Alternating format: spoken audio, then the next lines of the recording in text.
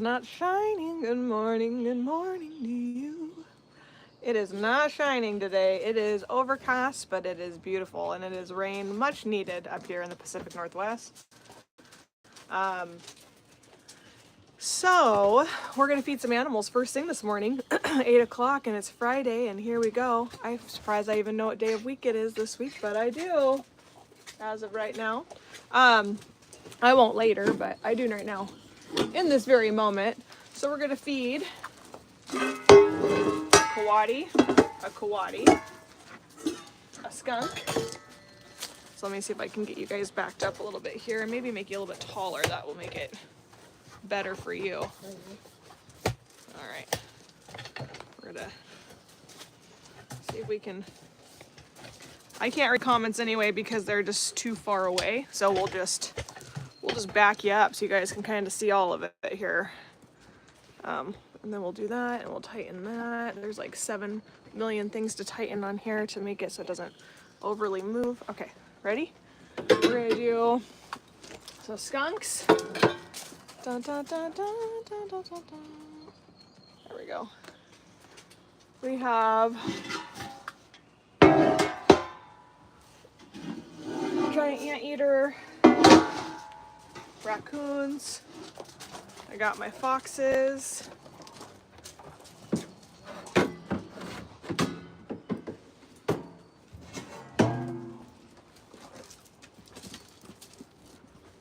Porcupine. Keep my herbivore over there. I got my foxes. And my marmoset. All right, I was in the gas station this morning and I opened up my back and I was petting on all my dogs. And the girl goes, "You have 5 dogs back there?" I said, "Yes, it's only half of them. I have more at home." I don't know why I have my keys in my pocket too. Put these up here. I don't need my keys. Okay, ready? Oh, here comes Jeremy. I hear the little lawnmower. All right. So we're gonna get everything started for the day. We're gonna add some sweet potatoes. Hi, Dobby.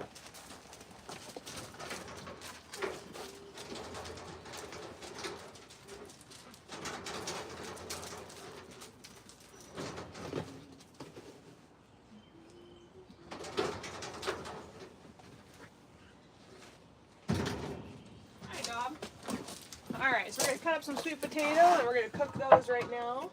You got a bowl? Did Lisa bring you a bowl yesterday? Oh, that was so nice of her. She brought you a bowl. So we're gonna do some sweet potatoes. We do steam these for the animals. So here we go.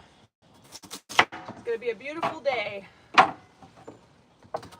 It's gonna be a good day. We're gonna make today a good day.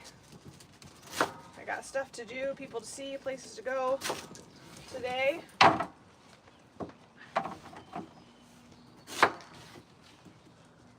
My son's been going to the races. The races are, Dirt Cup is happening right now, and he's just like so incredibly happy with the fact that Dirt Cup is up and running. And they've been at Dirt Cup. So it's Thursday, Friday, Saturday. And so my daughter and I, like last night, we went and got dinner together. And then we went and dropped off an order out here because I got a big Chewy order that we're going to open together. Somebody sent in some really amazing stuff and got us all stocked up. We do have an Amazon wish list and a Chewy wish list available online. The dogs that you see running around me are my personals, but we're going to go down and see the exotic animals that the organization takes care of on a daily basis.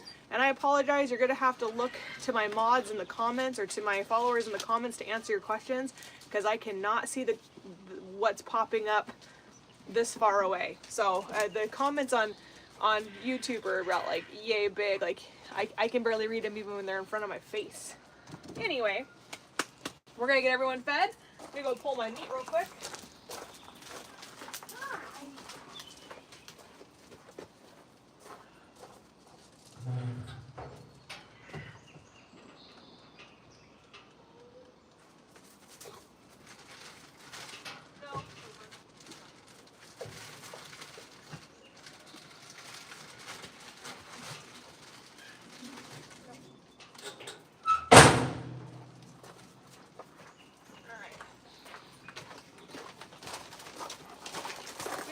today.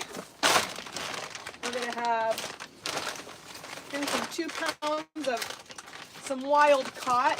This is gonna go to the raccoons today. We're gonna do some tilapia. Oh, it's all individual packed. Oh, so is that. Okay, we're gonna do some cod for the foxes. Got another thing of cod for the foxes. Like so. Look out, buddy. We got 4 pounds. Skin on. We're gonna give half to one bunch of foxes and the other half to another bunch. We're gonna cut that actually. Those are some good sized fish right there. We're gonna cut these. They're still they're still a little bit frozen, but that's okay. Fish thaws out really quick when it's out. Oh, here comes the rain. I'm gonna have to get my umbrella for you guys. But Dobby, I hate fish. So gross. All right.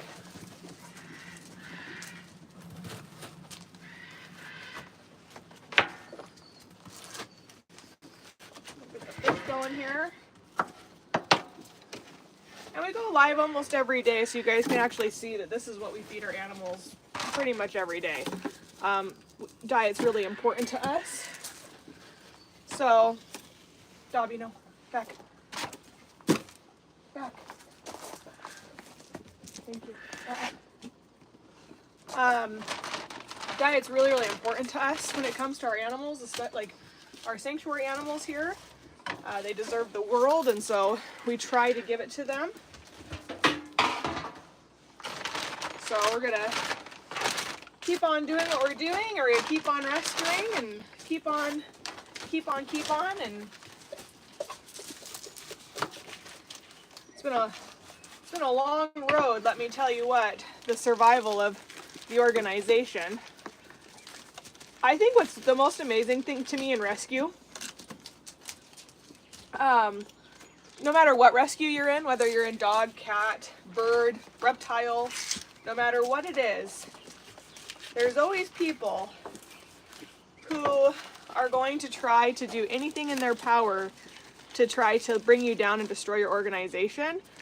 And, you know, I posted something the other day that it really comes down to the point where it's not being an advocate for the animals, it's being somebody who has a legitimate, just personal vendetta with you.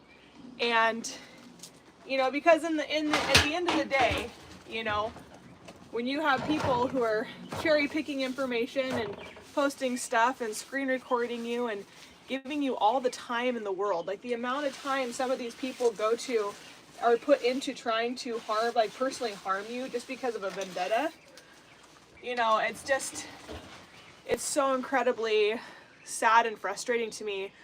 All that time could have actually been spent helping animals and like helping other rescues that maybe you do support, rather than trying to destroy an organization. And it's everywhere. I mean, all the stuff with Lee Asher, Caesar Milan, like nobody can do anything right anymore. Everyone's always pissed about everything. Dobby, no, go. Shh. You know, and so it's like, it's just, you have to get to the point where you just say, you know, thank you. Like, thank you for following. Thank you for watching. Thank you for trying to make me better at what I do. I apologize I can't please you, but I'm going to focus on the people and the animals that I can. And you just have to like, but it takes you a while. It takes you a couple days to kind of let that like roll off your back a little bit. So that's just kind of where I'm at. I wake up feeling somewhat refreshed, you know, but at the same time, just the I have never in my life put that much thought process into one person that literally feeds their animals incredible diets, that educates children, and like who's very transparent on here, the good, the bad, and the ugly, and like literally just post bad things that happen and be like, I can't believe people follow her.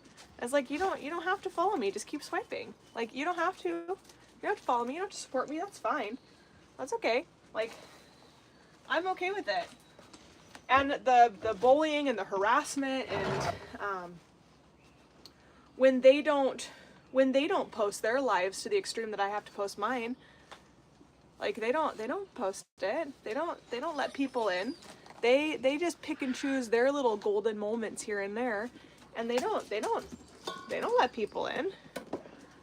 But yet they cast stones, and they see the sawdust in your eye, and they don't see the own plank sticking right freaking plain. I don't know why I'm using this freaking plank right freaking out of their eye. It's unbelievable to me. But I am honored. I am honored that some of my haters are my biggest fans, and kudos to you for watching all of my lives and bringing me up an algorithm and bringing people, and discrediting yourself for what you do. What you're posting is literally on my lives. Anyone can see it.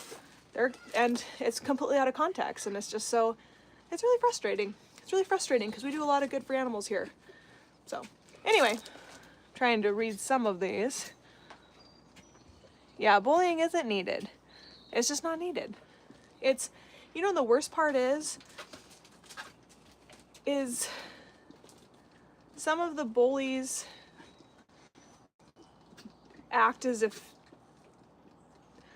they manipulate situations to accommodate them in the moment. And if you don't accommodate them in the moment, it's called narcissism, is ultimately what it's called. I grew up with a narcissist, so like some things are kind of triggering for me a little bit.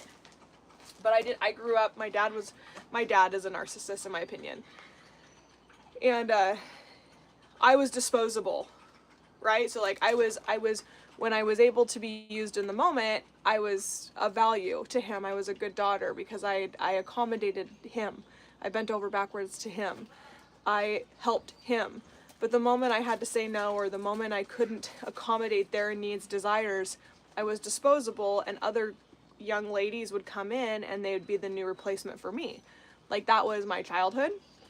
And so when I see people who are like, oh my gosh, if you surrendered these dogs to Because We Matter, and like literally volunteer your organization without talking to you about taking in dogs, and then you say one thing that they disagree with or that they get angry about, and they literally go on this rampage to try to destroy you and your organization, it just reminds me of like, that's kind of how that's how I grew up, was that like, oh, okay, so you needed me in that moment, so I was the bomb diggity, and now I'm not because you have a personal vendetta, and I'm not accommodating you, and I'm just not going to do it. Bullying's not necessary, and this is the last that you will take up any of my mind space, but I hope that I continue to take up so much of yours.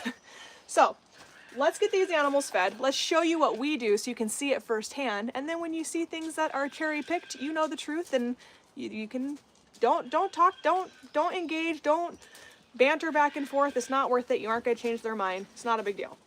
So we're going to feed the raccoons, the foxes, we're going to do the giant anteater, we're going to do the coatis, we're going to do the skunks, and we're going to do the porcupine and the marmosets. So this is kind of what we feed our animals on a daily basis. We've been going live on YouTube since Monday, so you can see that it is consistent. You are welcome to go back and scan through the lives if you want to. It helps us out. All right, so we're gonna get some blueberries, some grapes, some cantaloupe, a German Shepherd. Oh, you got your bowl. We're gonna do some peppers today. We got some good stuff here for them today, and every day, actually, for that matter. So we're gonna do some grapes.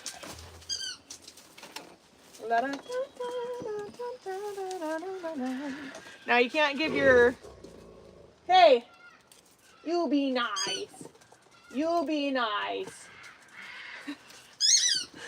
Cooper. He's a good boy. You'll be nice. You share your toys with Brutus. You share. You can't hog all the toys. So we cannot feed grapes to the foxes because they are in the canine family, and grapes over time does create toxicity, and it can be toxic to the canine species. Hey, no. And so we, Cooper, no, don't do that, buddy. We do grapes though for, hey, psst, no, don't do that. Go boy. We do grapes for some of our animals. So like our coatis can have them, our raccoons can have them. These are the coatis. Our little marmoset can have one chopped up. Our porcupine, who's obviously herbivore, can have them. We're gonna get them some food this morning. Brutus, you're so cute. Did you know you're so cute? Did you know you're so cute? You're the cutest little Anatolian pet in all the world. Skunks, you cannot do grapes. Giant anteater, we don't even attempt grapes because there hasn't been enough studies on them. And that's the whole thing is, you know, we have to find, for us to be able to feed our animals something, we need 3 credible sources. And what I mean by that is not like Wikipedia, but like actual, you know, real studies that have been conducted by zoos and all that stuff. Hey, okay, no, you get your ball. Let him have a win, okay? So we're gonna do some blueberries for them. We're gonna do some blueberries for the skunks. Hey, what's your name? Cooper. Come here. Cooper, come. Good boy. Good boys. Why don't you just stay here for a little bit? Let Brutus have a toy. You can't hog all of them.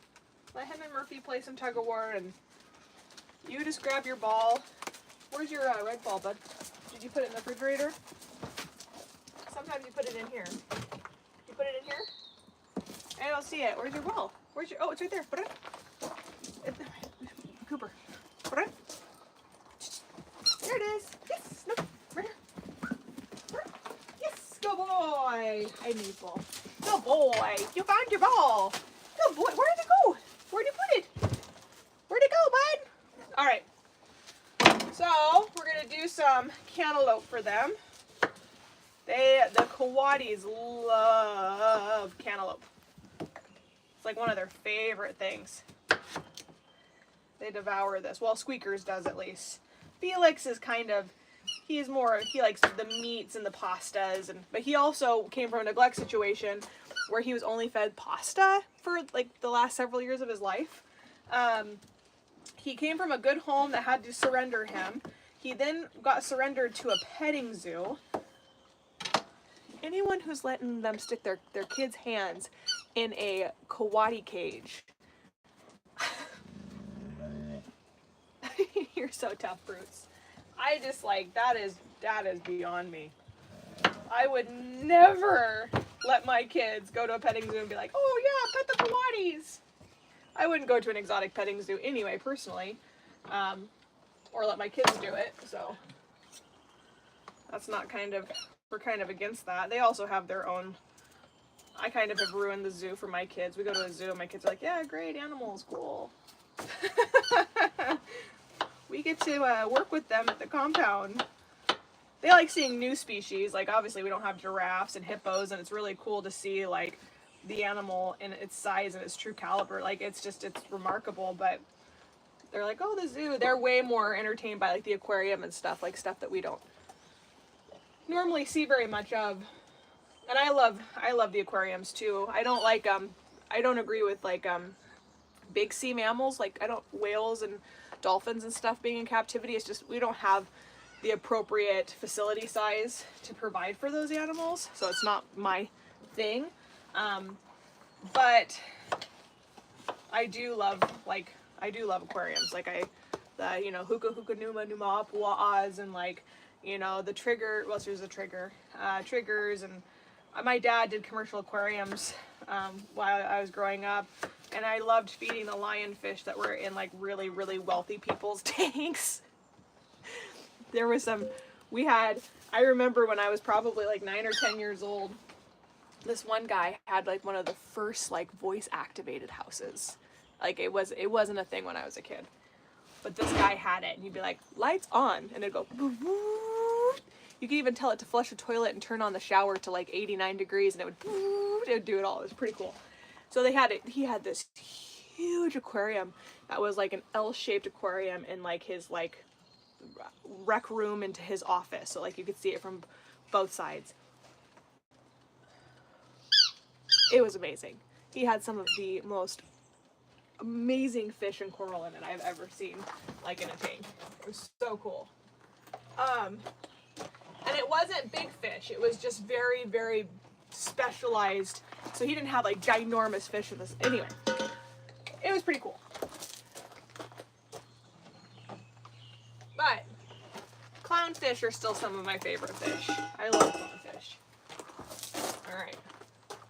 We got a lot of eggs today, which is fantastic. I think we're starting to get some of our littler eggs, so I think that some of my new chickens are laying, which is fantastic. Give this to Odie, who is our skunk.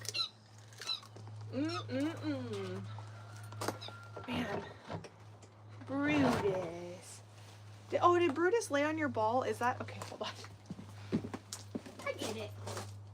You can have that, Brutus. Let me give this for Cupido. Come on, Coop. Where'd it go? Really? If you're gonna put it under Dobby's, I can't help you if you keep on putting it in places that you can't get to. I don't know what you're looking for, love. My German Shepherd's a little ball obsessed.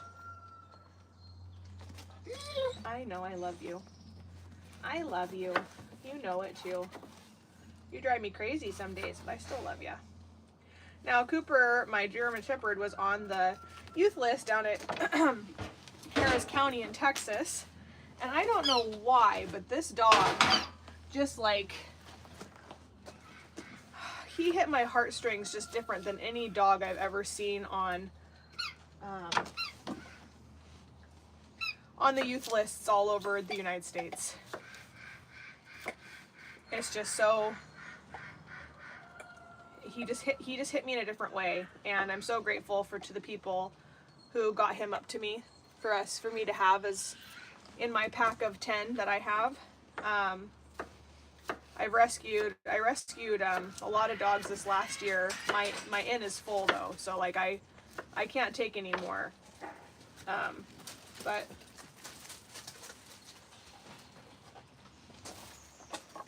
skunks love peppers. Peppers. They love them. I promise you. So we're gonna get some peppers for everybody.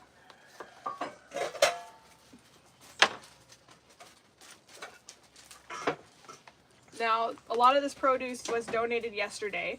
A lot of it I bought the day before. So we do get a mixture of both donated and stuff that we have to buy. I'd say on average for produce right now, we're up to about $500 to $600 a week. And that's not including,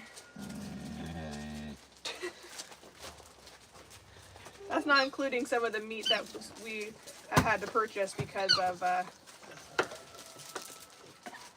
some stuff that's happened.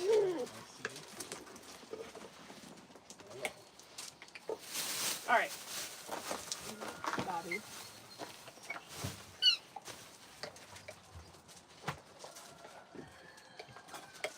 Some watermelon here for the porcupine. She loves watermelon. Some watermelon to the coatis. And we'll give a little bit to Odie the skunk.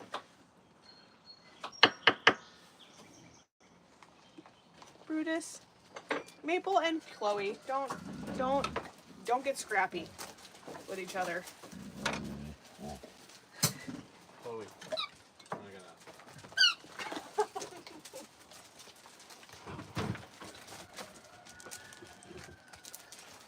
Maple and Chloe have a really like weird love-hate relationship. Like one day they'll love each other and the next day they'll just like legitimately hate each other. With each other the other day. It was weird. I know, which is not normal for them.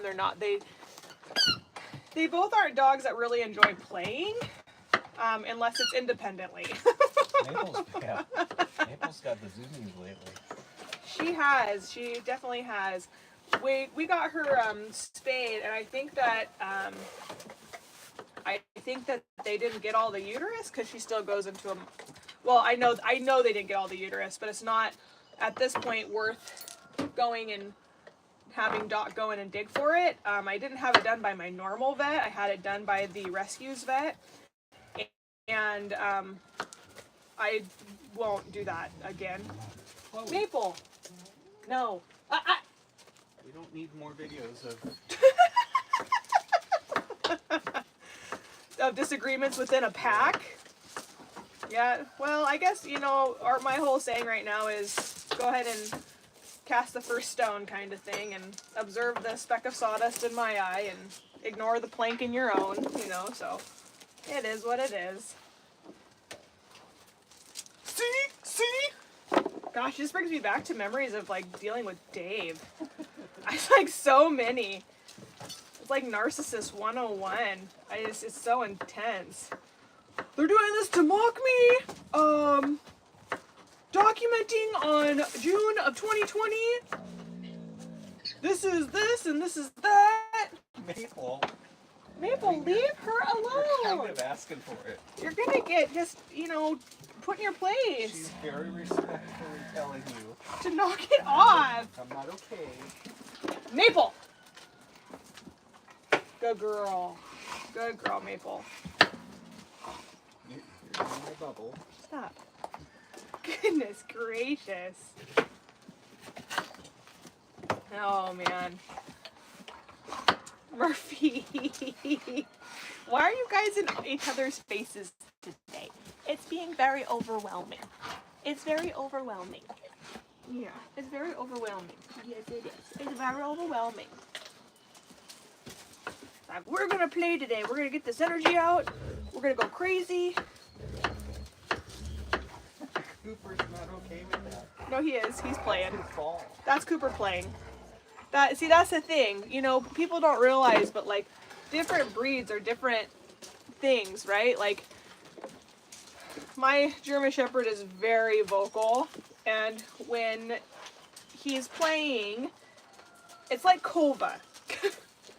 If you want a dog that does not make any sense in personality or disposition, meet Kova. She's my Bernese Mountain Dog. She's been at home lately. Not because she's a bad dog, but because my kids have been home, and so Kova likes playing with Rylan, and Rylan keeps her really busy, so that's good. Kova needs that, and so does Mai Tai. Milo's my St. Bernard. Anyway, Kova is the most weirdest dog in all the world. She growls at everything, but it's all kindness and playful. There's not a mean bone in that dog's body. And so she'll come up and she'll meet a new dog. She'll be like, oh, and she'll just just growl, and she wants to play and she wants to have fun. And I'm just like, okay, Kova, that's not how we can meet new dogs. They might take offense by that. Even as a tiny puppy. Yep, even when she was little, she did that. And there was no breaking it. She used to just maul Chloe when she was smaller than her. She would just take her out, and Chloe would put her in her place, and Kova's like, that was fun, let's do it again. Oh, she loves me. She loves me. That's exactly it. Oh, you do love me. She's a weird dog. She's weird. And you know what? The funny thing is I actually got her from what would be considered an ethical breeder, and I think that there may be some craziness going on. Yeah, some crazy genes that may be being bred over in her dogs were finished and championed, and her mom and her dad were they were champions. They're imported from Germany. And Murphy, get the frick off of Brutus. Get off. Get off. Just laying on top of him. He does. He just goes and lays right on top of Brutus now. He's like, ha ha ha ha ha ha. I'm bigger than you are. Murphy just likes to play. He's such a puppy. What's the duck smell? Harold. Harold? Yes, but I haven't announced it yet. Shoot. Good job, Jeremy. Yeah, way to be. Way to ruin that surprise. So I had a moment this morning. So we did rescue a blue-tongued skink, a new one. His name is Zucchini. My daughter named him, not me. And so we have Banana and Zucchini. Well, Zucchini this morning, he rode to work in a box, and he was not very happy about that. So I opened the box, and I have never seen a blue-tongued skink jump. Like, they have little tiny legs, and so he like jumps out of the box. I catch him in mid-flight, and he like Maple. I catch him in mid-flight, and he starts to piss everywhere. I mean, he peed all over me. I mean, the cabin, it literally looked like it was a Milo, my St. Bernard amount of urine everywhere, all over the gift shop. And I was doing some research on it, and Never seen that. well, I read when they get nervous, because that's not how they normally go potty. That's what they do. They just, liquid comes out of every part of their body, Like a kind of thing. snake. Yeah. Because I've never ever had and he's never done that to me. And I've been handling him every night when I get home and hanging out with him and stuff. He likes to bite, but he's a good boy. You've been bit by him? No.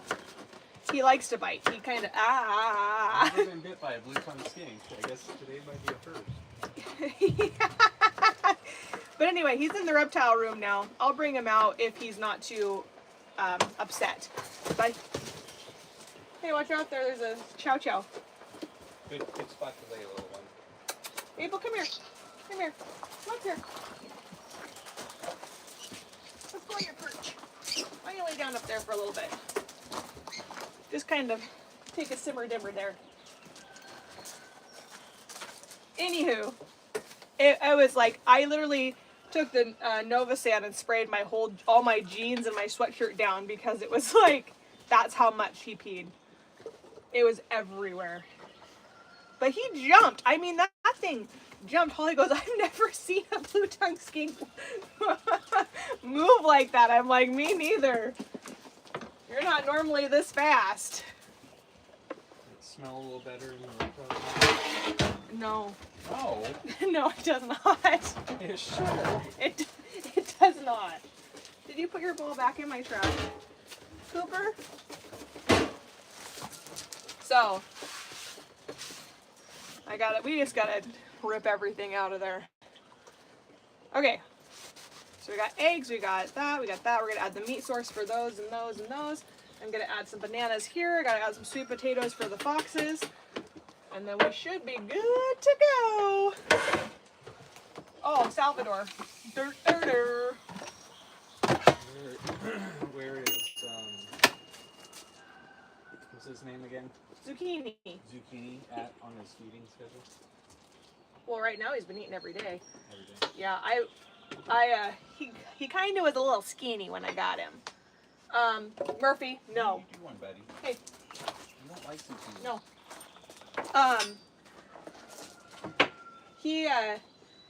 He's been eating well though. Like he hasn't had any problems thus far. He really likes the deep leafy greens like he's supposed to, which is like ironic because a lot of the animals that are supposed to like stuff out here don't like it. Like who wrote these diets? I'm supposed to like this. This is supposed to be good, but I want grapes. He did eat. I did give him some apple last night. He was very happy about that. Well, I will. He does like fruit, but he does eat his greens. Since you fed him last night, I'll put him on the same as banana. Every other day. Yeah. Yeah. I was gonna give him some food today, but then you can start on bananas just because he's in a new environment. Well, they'll match up perfect because Saturday will be the feed day, and then it will be Monday, and then. Yeah, no, that's good. He's a good little blue tongue. He's feisty, but he's good. And he's different coloring than Banana. So, if you are interested in donating to our organization, we do need to redo our reptile room. I have some reptile enclosures on my Amazon wish list that we really need to get in so that we can eliminate everything back there. We're gonna have to custom build our bigger snakes enclosures, which is fine, because we got some big snakes. We got a big reticulated python and tear the walls out. yeah, that's not gonna happen. We're gonna be. It actually is more cost effective for me to actually build a whole new facility somewhere than it is to redo all of that.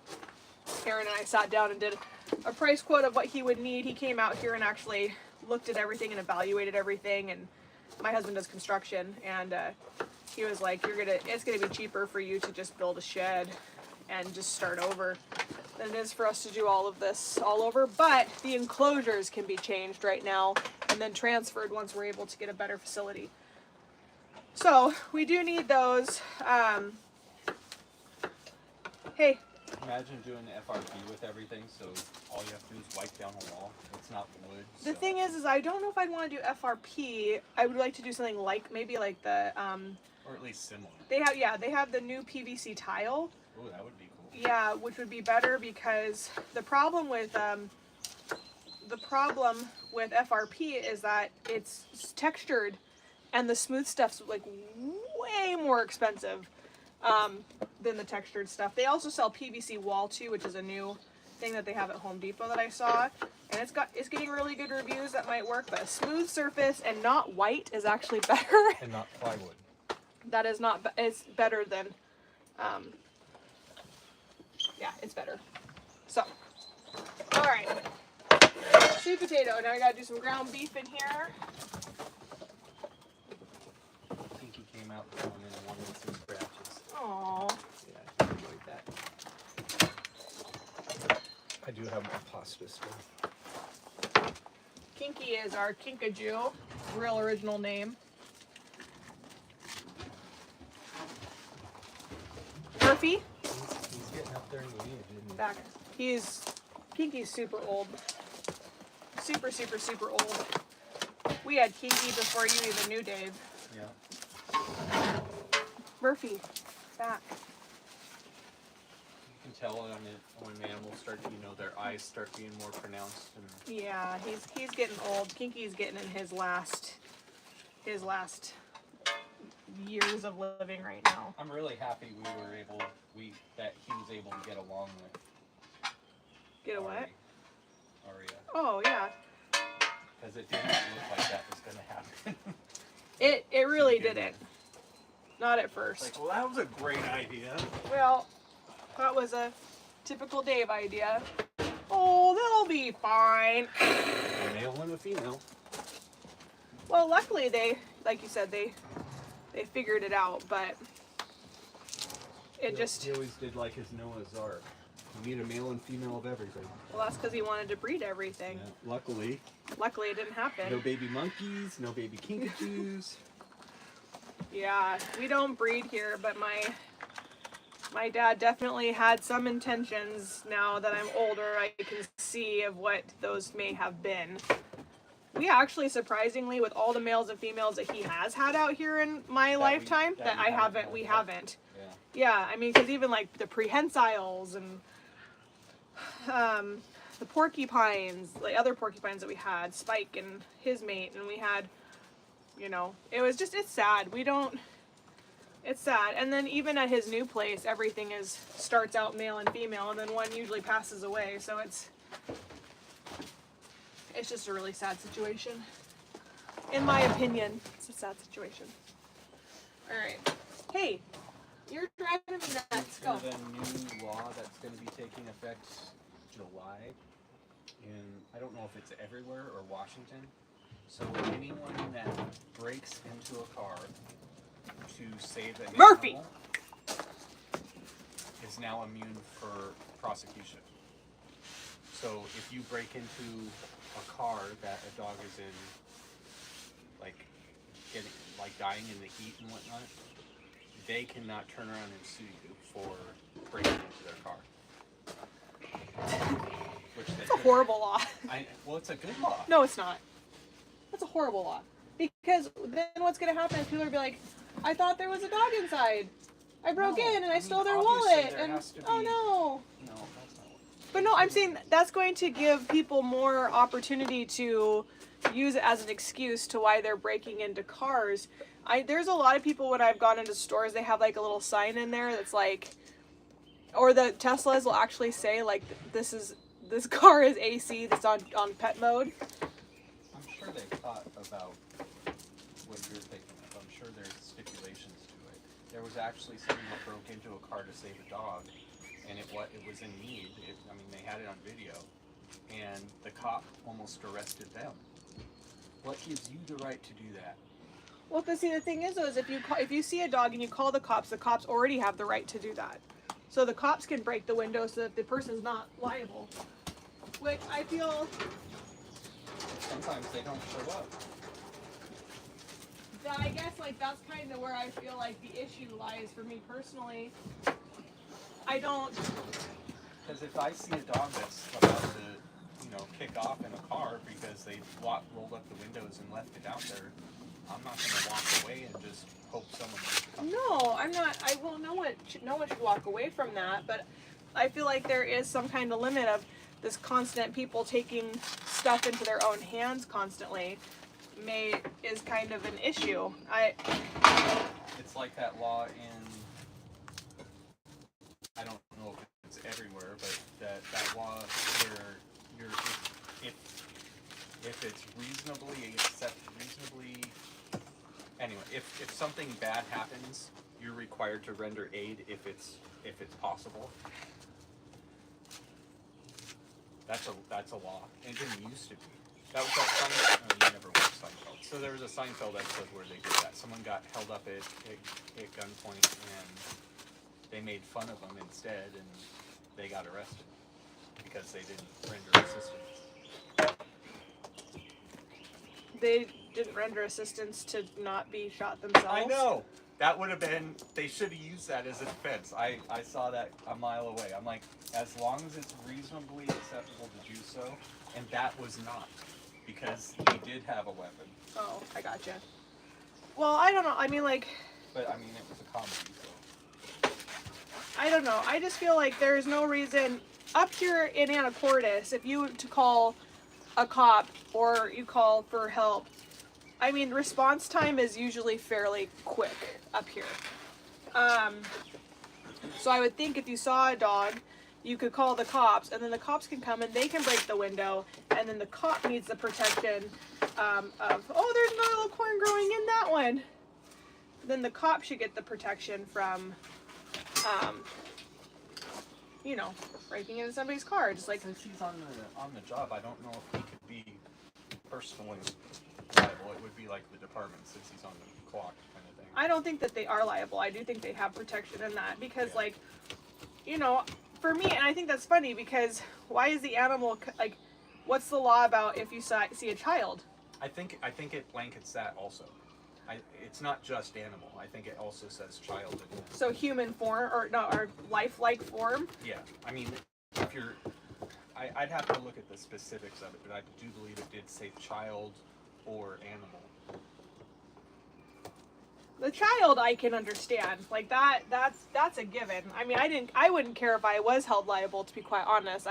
If I saw a kid in a car, I would just break the window and get in there. It breaks down to, is it the right thing to do? Regardless of...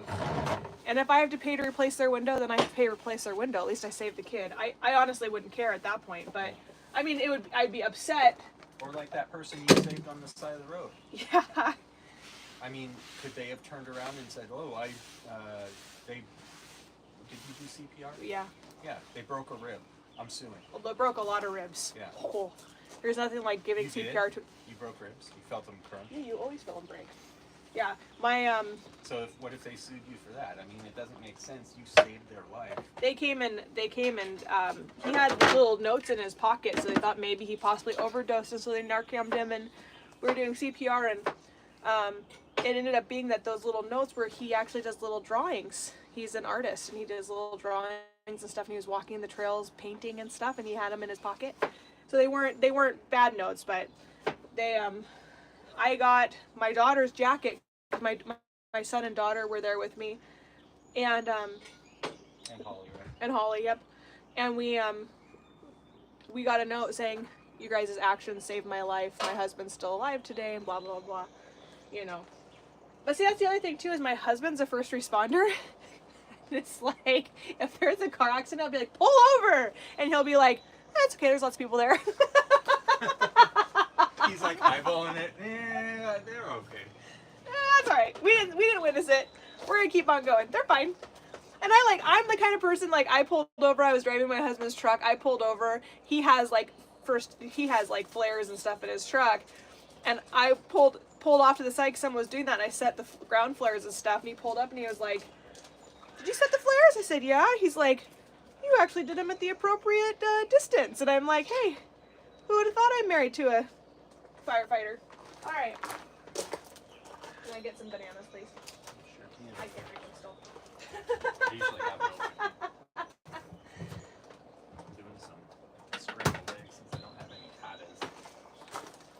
A bit of protein and fat in there.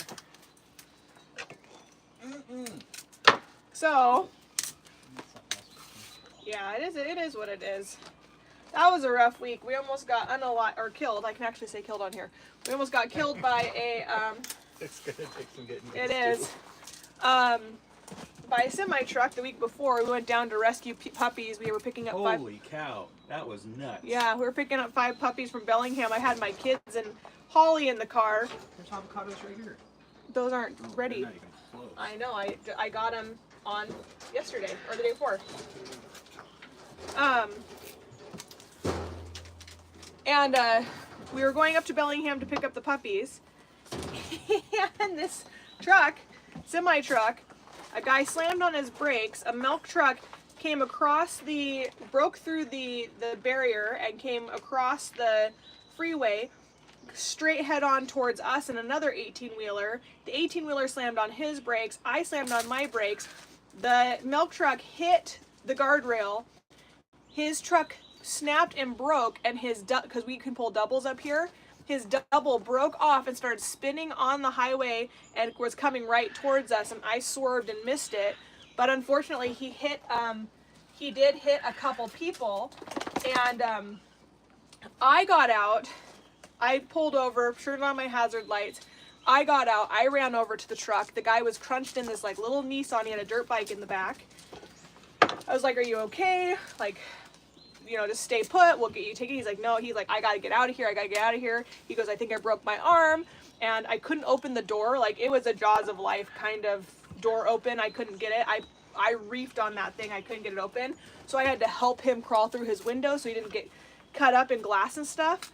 And you know the most amazing part is the people who also witnessed it pulled forward and pulled ahead, and they literally got out of their car and started recording me helping the guy. That was they didn't help at all.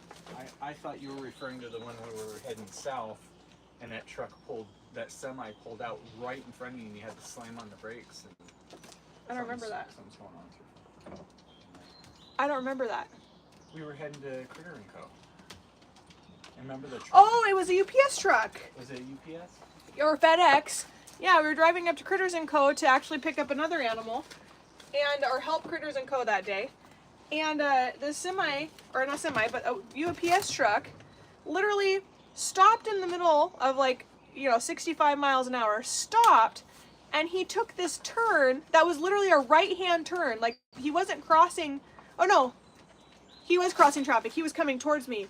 So he stopped and he pulled out and took this turn like 2 miles an hour in front of me. And I had to lock up my brakes and not slam into it. I do remember that now. That was fun. Animal rescue is real, man. Definitely good thing you weren't live then, because there was a few words that popped out. I may have had some road rage. A little bit. Beep, beep, beep, beep, beep, beep, beep. Like, what the beep are you thinking? Beep, beep, beep. And then Rylan gets all excited. What happened? Oh my God. Oh, I did have the kids with me. That's right. You, me, and the Shep kids. And Rylan. That's right. My poor kids, dude. That was just last summer. That was when, like, Shep all of a sudden just goes, purple. It's so off the wall. Oh, that's right. Man, What were we doing? we were driving down to Critters & Co. to pick something up. Or was it to get the macaw? Oh, we were dropping off dog food? Were we picking up Kite? No, Kite we got from a home, not from her. I know, but it was down that way. No, I might have been. It might have been to pick up a macaw. Because Holly wasn't with us, and it was just... That's right, because I needed you to get bit, and not me. That's right. That was such a sad thing to witness. That I'm surprised that bird was still alive, being in that shed through the winter. Surprisingly, he was in Really good health, actually. Yeah. really good health. It's very Murphy. It's definitely a weird bird. Bless you. It was that. Yeah, that was a weird situation. All right. That's funny. Hey Murph, you're being kind of weird today. Usually you just go lay down and you're just like all chill and stuff. And today you're like, what are you cooking today? Oh, can I have some? Like, that's not your normal Murphy self. Your normal Murphy self is just not caring about anything in the world and just being Murphy. But now you're, go! Now you're eating everything by my feet and everything. Hey, go! Licking the rock. Licking the rock. Don't become a rock licker out here. I can only have one of you, and that's Cooper.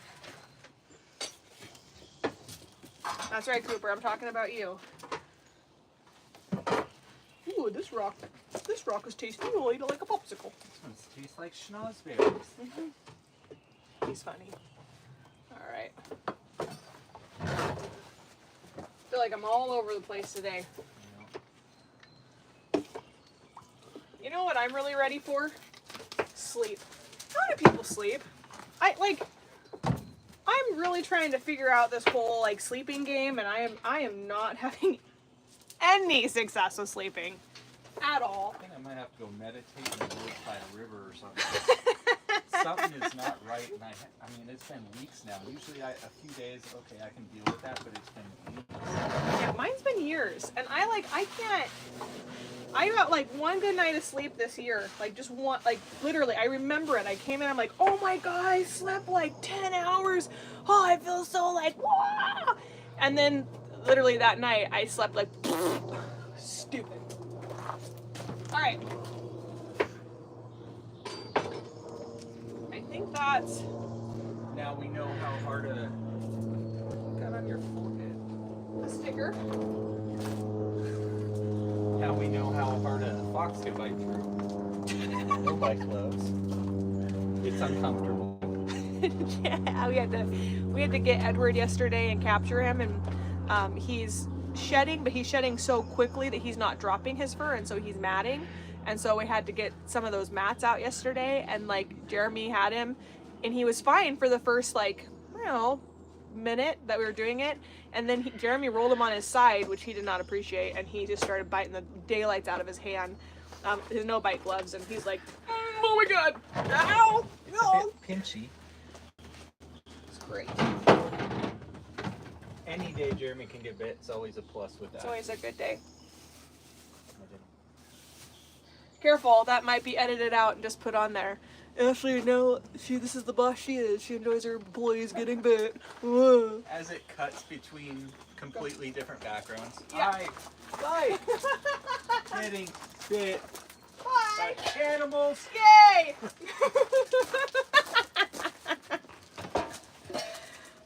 Oh, I love people. AI can actually generate that a little better.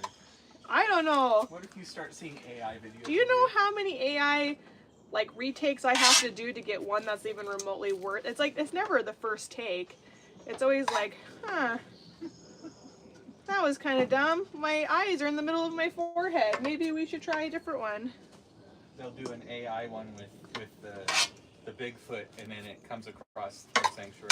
It's so funny. Okay, guys, I'm here at this weird place. You know, the unfortunate part is I can't associate myself with the Sasquatch videos because they're actually really bad. They're not appropriate at all. Like, at all. Are they, Cooper? They're not appropriate at all. I'm trying to figure out what else to put in Salvador's because I know, I'm kind of running out of...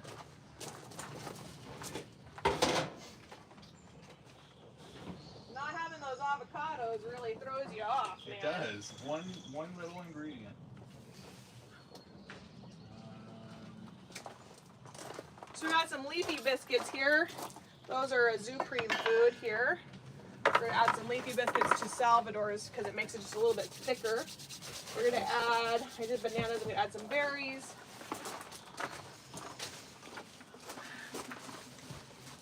Like a chef, you know, you don't want to make the same thing every single day, so you try to mix it up just a little bit. No, Just a little bit. chefs usually make a lot of the same stuff every day.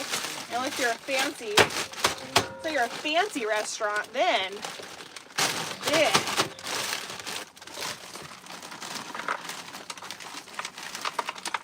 All right.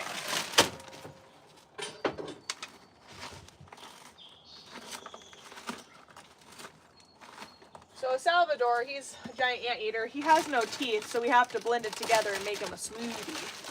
And we will go down and see all the animals here in a minute. I love you. You look at me with such great deep concern. Did you put your ball back in here? Because if you did. Cooper?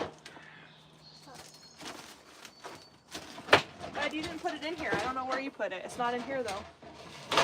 I know you think it's in there, but it's not in there. It's not there, bud. All right, water. You know, it'd be really convenient. This is, oh!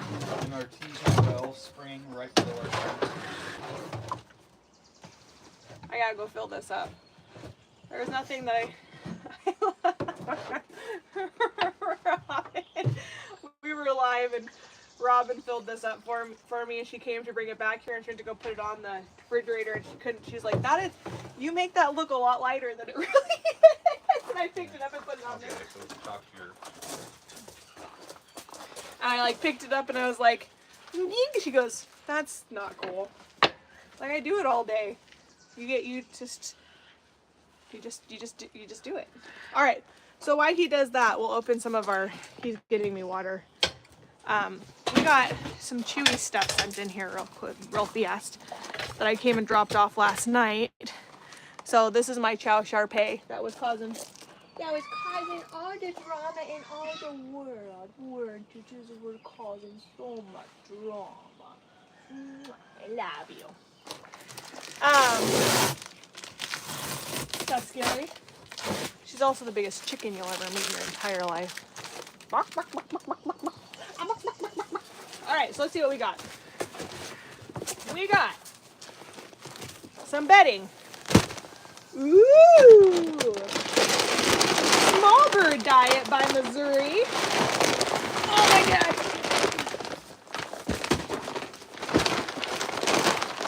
Hold on, I gotta put this somewhere. 1 second, please.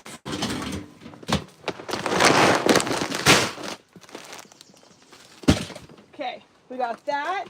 So thank you. They don't tell me who sends this in, so thank you, whoever did. I think Robin did some of this stuff, and Lisa's done some of it. We got more Small Bird Diet. We're good on that now for a couple months, which is fantastic. This is how we are surviving right now. Okay. Got off my elbow. We got more of our shredded bedding for our chin-chins and stuff. And more goat food. 50 pounds of goat food. Come out the box. Alright. So, goat food. Awesome. Got some Care Fresh. Sorry, Maple, I'm making it so you can jump up and down from there. Then we got, back you up more. Ba-bow.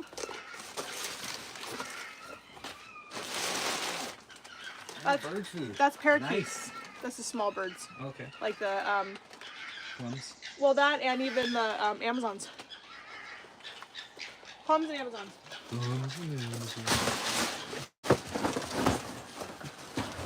And critter litter. It's always good to have critter litter. That's not critter litter. Oh. Also, yay!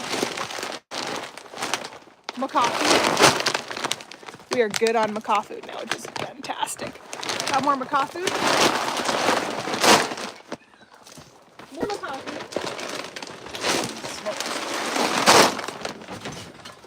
Ka-dink. Come behind me, mates.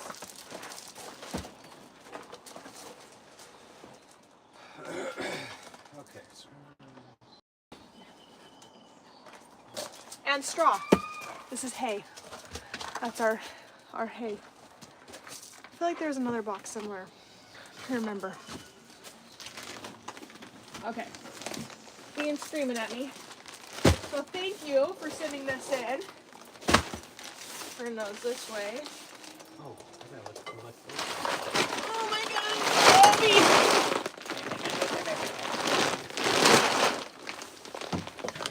Is it opening? Kind of opening on the end there, so be careful.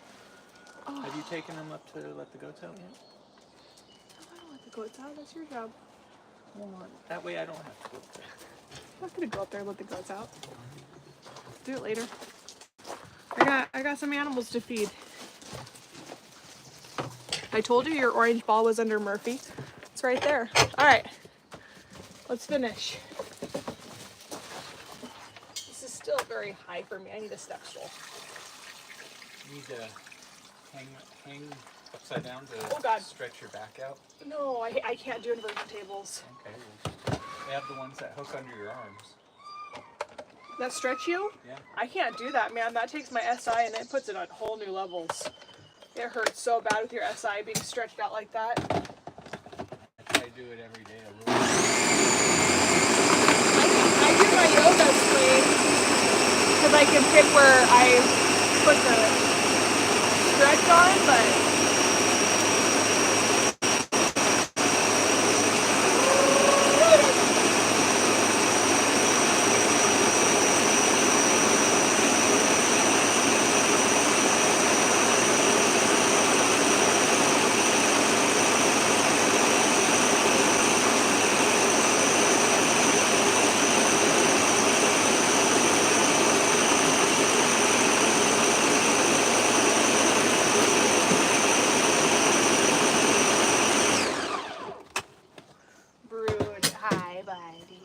I try to hang at least twice a day so I can pop return my vertebrae. yeah. Yeah. When you have like SI problems, when you get that like separation in your SI, it can hurt pretty bad, actually. All right, let's get this loaded up and get going down to feed everybody. Can you stop it, Murphy? Don't lick dogs in faces. Murph, don't. No, no. All right, so Lisa bought me a new basket to take all my stuff down. Very nice of her.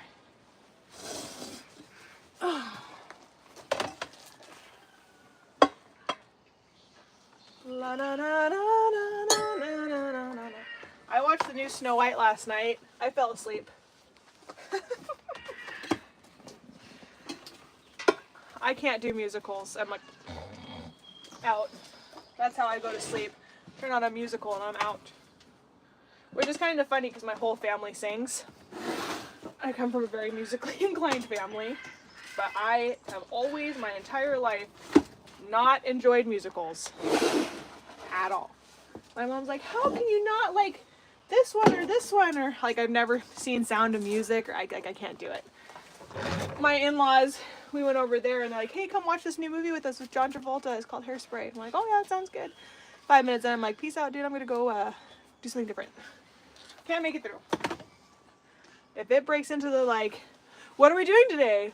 Well, we're feeding the animals. I'm like, bye. See you later. Just tell me. Just say it. Don't sing it. Just say it. All right. Shrink it down here. Bum, bum, bum, bum, bum, bum. Shrink it down, shrink it down. Now I'm gonna be able to read the comments here in just a second. Let me go drop this real quick. I haven't even unlocked anything, so let me do that first. Here comes the sprinkles. Da, da, da.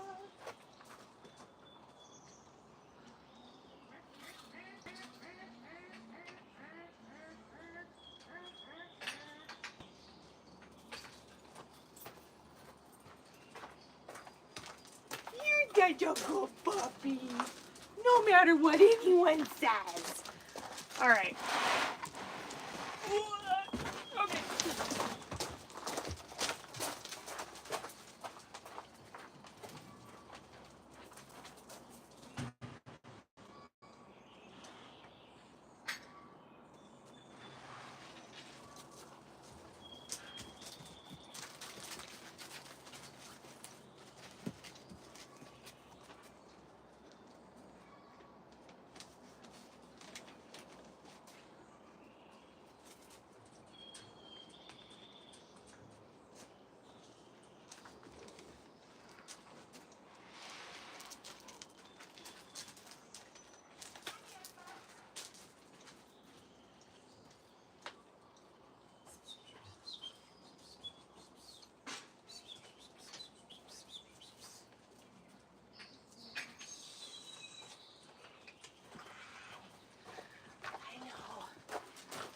All right, let's go feed a marmoset together, shall we?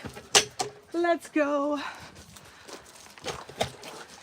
Here we go to feed a marmoset. Feed a marmoset. There's water out here too, buddy. There's a whole bucket. Okay. So, let's go. All right, now. Oh, make it today. Good boy. Okay. Nice and warm in here. Come here, buddy. This is Dar Dar. He's a marmoset. Gonna do this, this, this, this. All right. Be right back. I'm gonna go get his fruit cup. Hi, good night.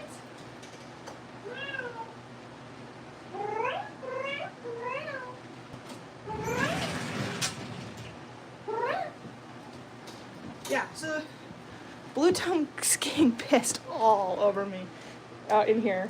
He's back in my reptile room. I'll see if I can grab him and show you guys the new guy. But he's crazy. He does bite. All right. Hi, Dar. This is Dar Dar. He's a marmoset. Here, bud. He is full grown. We used to have two, but Dolly passed away of old age, which is really hard because, well, Darwin's getting old too, but these are social animals, so he does have stuffed animals in here, and he likes to grab Milo's drool pockets and play with the dogs, and he's a good little monkey. Now, I don't agree with, you know, putting clothes and stuff on my marmosets. It's not my thing. I don't do that. They're not something for me to dress up and use as play toys. I don't like it. It bothers me. That's just personal opinion. So let me go see if I can grab this blue tongue skink while you watch Darwin.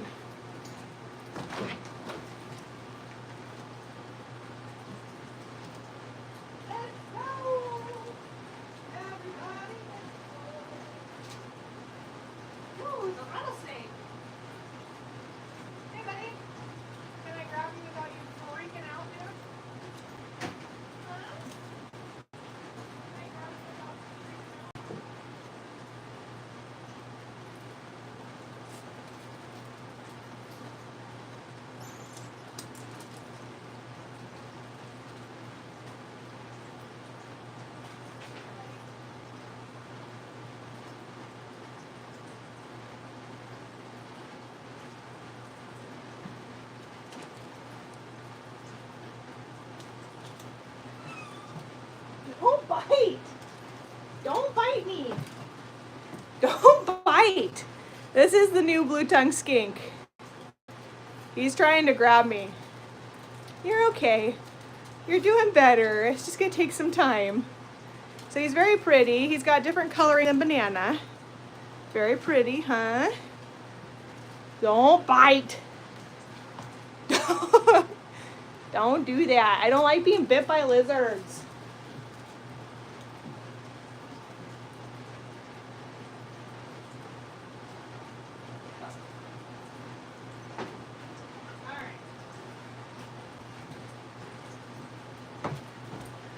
Ow. I like grab him and he's like, it's like, I am not normal blue skink behavior. I don't know what those people did to that poor little guy. He came from a weird situation. They ended up turning over a lot of reptiles. And they were most scared of him. I honestly don't know why. Like he's not scary. I just don't enjoy getting bit. Especially now that all my lives are being screen recorded and people are manipulating the truth. So, but I don't like being bit. And I am rarely bit, to be honest. Okay, let's go down here and see some animals. Isn't he pretty though? His name is Zucchini. Jeremy dressed up before. I'm walking in on a weird part of that conversation. Aw, thank you. Welcome to our adventures here. I do love lizards though. When I grabbed him the first time at Critters & Co., he was like, what? All right, we're gonna start with Bean. Hi, Bean Pole. You ready? You ready? She's obviously ready. You can see how she's antsy in her pantsy. All right. Hi, sweetie pie. I know. But at least I'm feeding you on time today. Isn't that a plus though, Missy? All right. Me. All right. Come on, baby. Oh my goodness. You want your corn? Go ahead and grab it.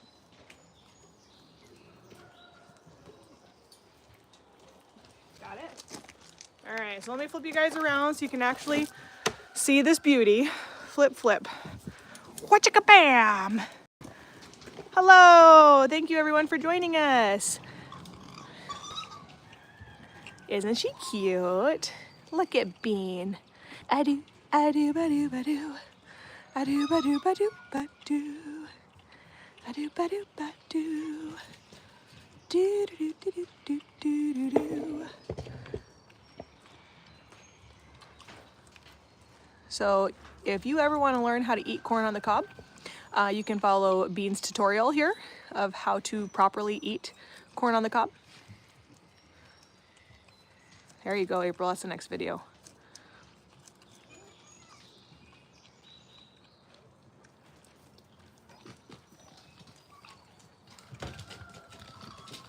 Oh, good. Well, welcome. They're actually a little bit of both. Here, I can show you. 1 second.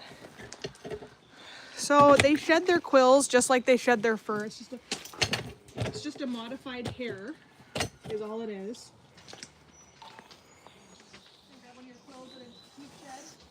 So here's one of her quills.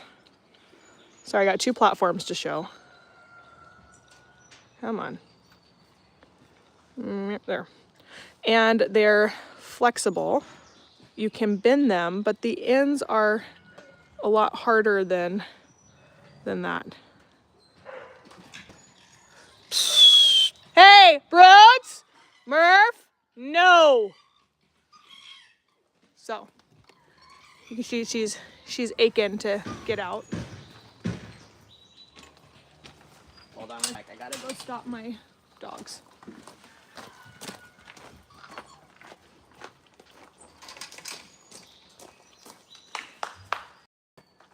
No! Murphy! Murph! No! No, no! No!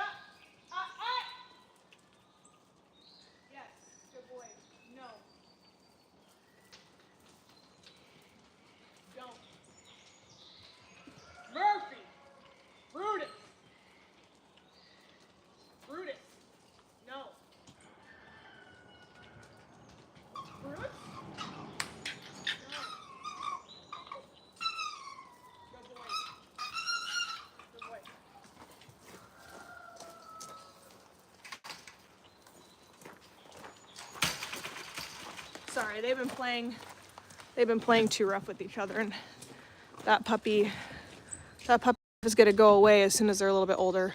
All right, so these are our rescue foxes. I'm gonna bring you in there, but I gotta get in there safely first.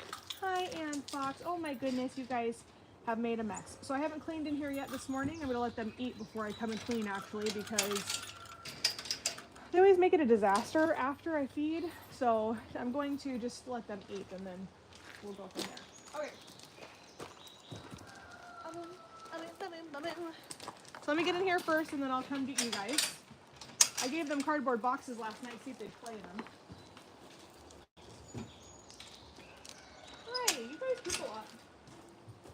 You know that? You poop on your food.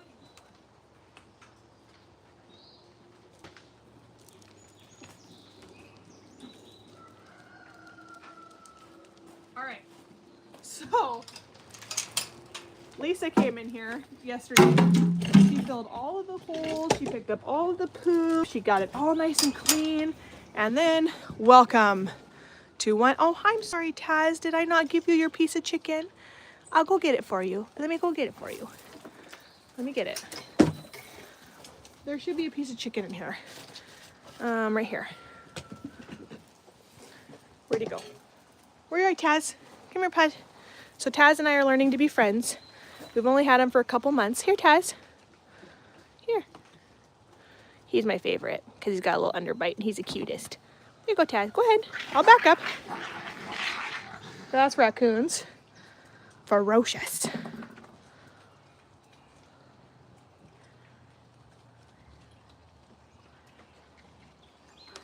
That is Anne. That is Rascal. That is Swiper. That's Anesio. And that's Chloe. And then Taz. So they're eating their fish, their veggies, all that first. So Lisa had all these pavers were cleaned off. Everything was clean. All the holes were filled. And this is one night with the foxes. But you know what? It makes my heart very, very happy that they get to do this. So these guys came from a fur farm. There was 500 animals in that fur farm, and 500 foxes. And we were able to take 12 of those 500. And the first time they ever touched dirt or solid ground was when they came here. And so now they get to just be them, which is just beautiful. They get to dig, they get to make a mess, they get to be foxes. That's what matters, and it's worth the cleanup, and it's worth the constant mess that they're always making. It's like having children. I have 2 kids. I know what it's like as a mom. Foxes are a little bit worse. We're kind of in toddler years with a constant set of toddler years, but you know what? That's okay, because these guys are happy, and that is why we're here, to make them happy. Do you want to be next? Would you like to be next? Okay, I can do that. This is Squeaks. Squeaks is a coati, also known as a coati. Isn't he cute? All right, let me go do that.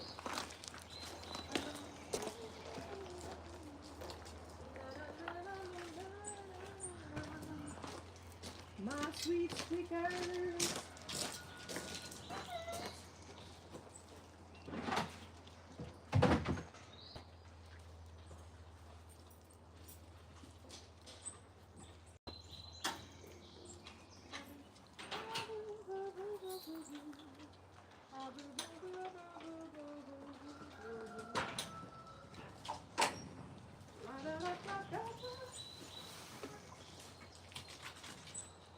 Hi. Over here? Yes.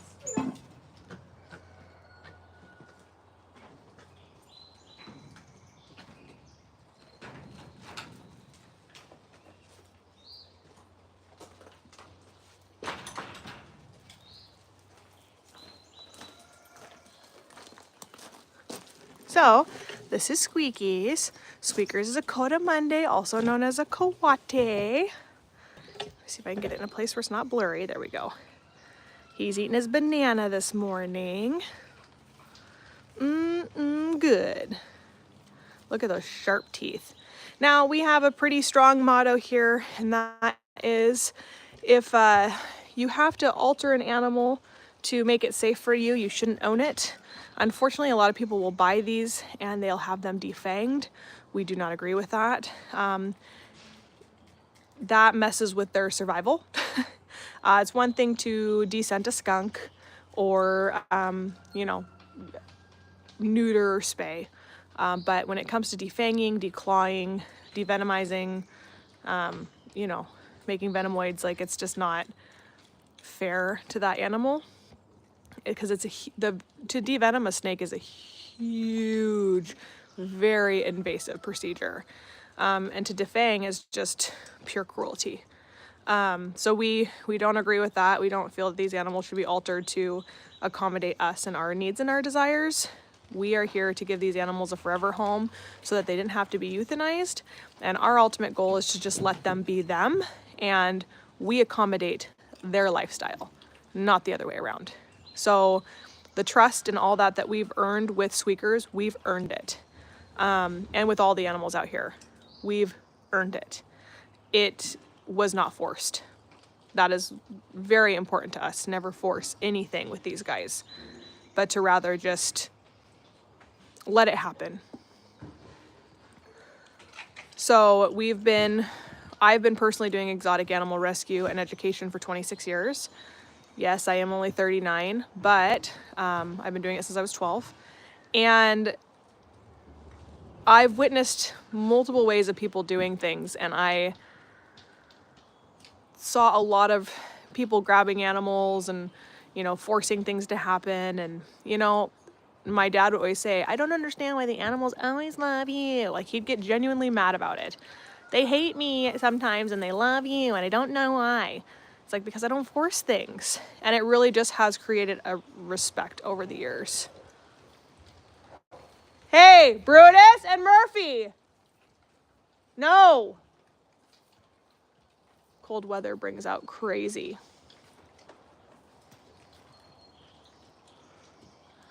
Murphy is getting ginormous, and so him getting in, he's still a puppy. He's only 5 months old.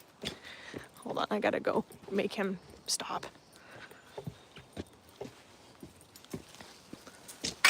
Murph! Stop it. Stop. You can't do that. All right? You can't do that, you big old goofball. You either, Brutes. Brutus. Brutus is also a puppy. Hi, buddy. Here, have a bed. Have a bed. You want a bed? Get down. Hey. Stop. No. Yes, good boy. Good boy. Maple, you're not helping my point here. Get that.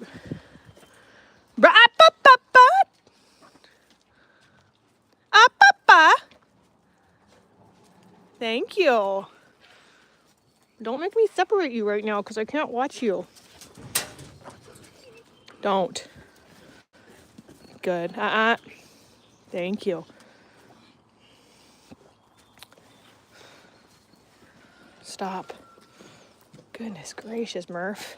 Where did your little energy come from? You're usually my lazy dog. You're usually like my do-to-do, and I can barely get you to want to even go for a walk. Okay, stop the drama. Murph, good boy. Murph, thank you. Good boy. That's a good boy. You be a good example, sir. Okay. All right. I'm walking away. Doesn't mean you get to do it. Comprende? Okay. Brutus and Murphy actually play really, really well together. But Murphy's doing this new thing where he's grabbing their necks, like, and not kindly, not play, not like, ooh, I'm gonna get you, but like, rah! And that's gonna be mistaken by one of my dogs here one day. And I just would like to avoid that altogether. So, Little foxes are running and playing.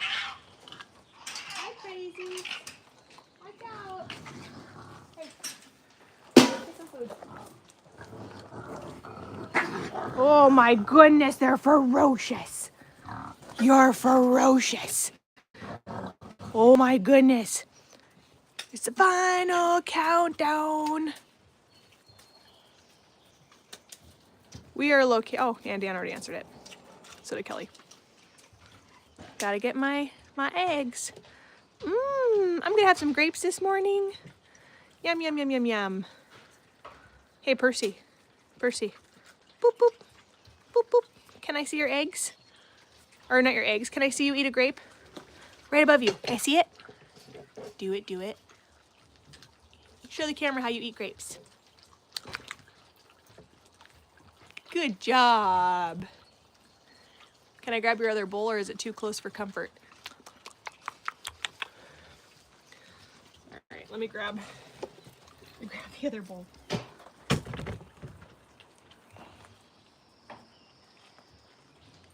right. There's more stuff to wash today. Oy vey, it's gonna be a long day. Okay, now we're gonna go feed Salvador. Salvador, it's feeding time. He's not gonna come out today because it's raining and Salvador is bougie, as he should be. He's a giant anteater. He wants to stay in his heated house, so we'll let him today.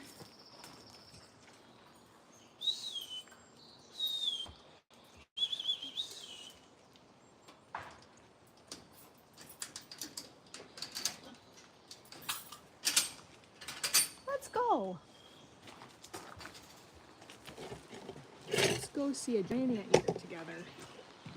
Here we go, here we go, here we go.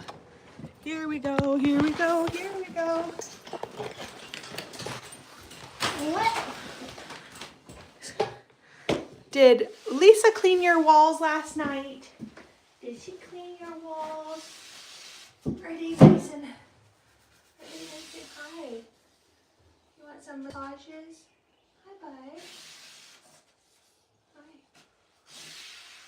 You want one this morning? Yeah, that's okay. You can be.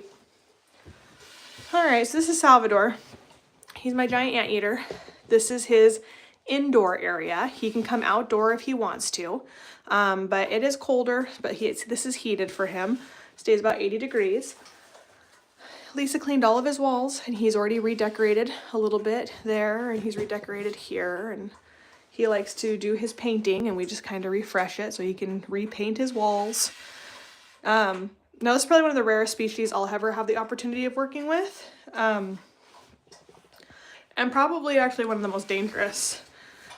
Working with cougars is actually easier than working with Salvador. And that a lot of that has to do with his tells and like all of that. So that is, cats are a lot easier to read. They have facial expressions. They tighten up a different way. Where giant anteaters don't have as many expressions as you would a cat or a dog. You can tell when they're being playful, you can tell when they're being angry. But Salvador here can go 0 to 60 pretty quickly. I've worked with him for a long time now, and we've built quite the relationship with each other, but it is taken time. And it's taken time to learn how to read Salvador in the right way. Like, I can actually feel his energy is not, it's high, but it's not worrisome that I'm in here with him. But I can feel his energy is very high. And it's probably the rainy weather. It kind of tends to give a refresh to a lot of our animals, and tensions tend to be a lot higher after a fresh morning rain. If it's raining all day and raining hard, they all tend to be calm. But if you have that morning dew, that morning rain, it tends to heighten the dispositions and the personalities out here. And then if it's just sunny out, they just all tend to be in pretty good moods. And if it's hot outside, they're all lethargic and they're pissed off that it's hot. Minus my South American animals, they're pretty dang happy that it's a hot day. We don't get those hot days very often, so they do enjoy a very, very warm day here and there. I'm sorry, the avocados aren't ripe yet. I'm trying. I tried to get some that were, but they were all firm. So, you're a good boy. Now, these are one of the only animals that can defend themselves from a jaguar. What they do is they rear up on their back legs and they start swinging. Even though they don't have teeth, they have very, very powerful claws. And the problem with it is they're not sharp. They're actually super uber dull. And so when they grab you, it's all pure force just puncturing through you. They can give you a horse bite like you wouldn't believe. And if he chooses to grab onto me, I'm not going to be able to get him off. He is powerful. It is truly, truly remarkable. You gonna show him your tongue? Oh, show him those. Yay, stretch. You want me to give you a massage? Okay, I'll do it. Oh, it's okay. All right. Is that what you needed? You needed a good massage. Here you go. Is that you want more? Here, let me see. Can I show them your very powerful claws? They're right here. Oh, thank you. That was very nice. You want more? Okay. He's asking for more. You want an arm rub? I do it. Now, if he was trying to be defensive towards me, he actually does like this weird sway, and he puts his arm in a much different manner. So where he just had his arm lifted, like he has it right now, that's not a warning sign. He actually will kind of kink his head off to the side and turn his paw outwards when he's upset. So he does have certain tells and stuff that do show me like, hey, Salvador's had enough. But for some reason, he does love arm scratches. Do you want more? You want scratches under here? Right here? Oh, okay. Oh, that's right. Now that wasn't it. That was just him scratching his head. You'll actually physically see him turn his paw out and not just scratch his little noggin. Oh, did you get some thick sweet potato on that one? I'm sorry. I tried to blend it nice and good for you. Anyway, remarkable creature. And what an honor to work with him. I mean, really, work with the giant anteater is just absolutely just amazing. Very blessed. All right. Put this in my sink. Do my dishes later. Okay. Now let's move on to the next animals that are all very patiently waiting for me. I will be in there to clean. You guys are stinkers, man. You made a mess for me. All right, we're gonna feed a skunk and a different kind of coati. And I'm gonna flip you guys back around so you can see them. Let me flip you after I set up my tripod. Let's go. All right, ready? Flippity flip flip. All right, this is Odie Cologne. He is my skunk. So he is eating, the anteater was eating ground beef, apple cider vinegar, bananas, berries, leafy biscuits, all blended together. The ground beef is the main, and the apple cider vinegar is your main key ingredient. Hello. Good morning.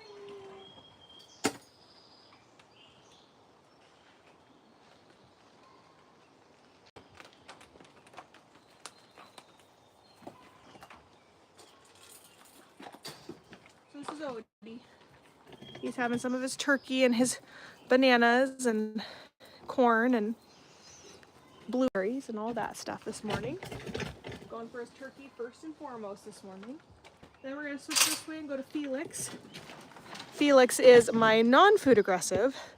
Salvador, probably, I don't know, 9, 10. Over 9. We've had him for 9 years, so. We don't get exact ages when we get confiscations.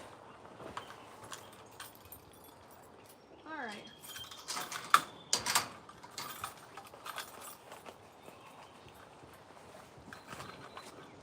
Hi, sweet boy. Hello, Felix. How are you? Some coffee for you in the So this is my non-food aggressive little fella here. This is Felix. He came to us as a neglect situation. A good Samaritan saw the way he's being treated and asked if he could take him, and they took him and dropped him off to us. Now Felix is a white-nosed coati found in Central South America. Coatis are really cool animals. Males are solitary, or females are your pack ones. This guy came to us with a dislocated hip, so you can see how he kind of stands funny. It had healed inappropriately.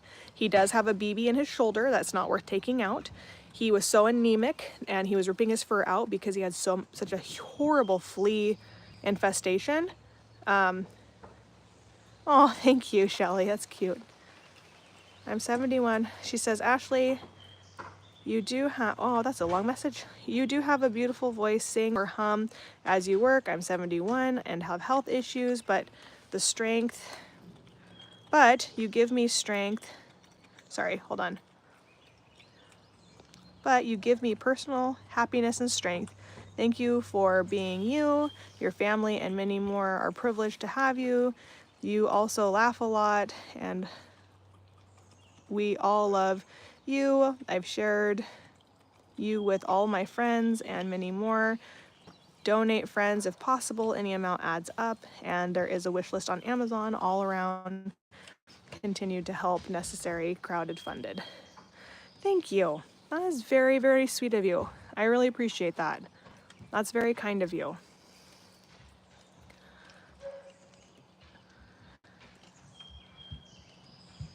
You're living in Australia. I just pulled out an animal that you can find in Australia, blue-tongued skink. Thank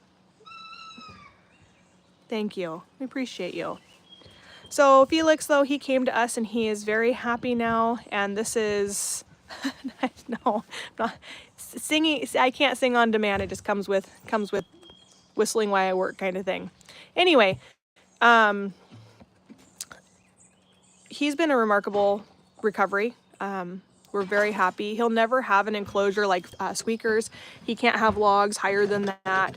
He has to have ramps. He has to have little heated boxes and all that stuff because he just has those needs and desires. So we accommodate that. But we got him, we were told he was about 8 or 9 years old. He was being fed tortilla chips as his main source of diet. And so now he's eating the appropriate food and he's being taken care of appropriately. And that's why we're here, is to do that. So, all right, Felix, you were the spotlight today, handsome man. You're such a good boy. Odie. He's like, I eat that chicken. I eat it. All right, all my dishes that I've just randomly left, I have to pick up and bring over that way. Okay, let's go see more foxes and drop off. Oh, I gotta refill my bait boxes. Get out of here. Are you freaking kidding me right now? Squeaker, you are not doing your job. Eat the mice. Eat the mice. Eat the squirrels. Bean, right? I know, it's not your job, is it? No, it's not. It's the omnivores. And they are not doing the facts of life here. They are just watching and sharing their food with all the animals around them. Come on. Yeah, we're gonna go see our other 6. So we already fed 6 of our foxes. We're gonna go feed our other 6 foxes that were rescued from a fur farm.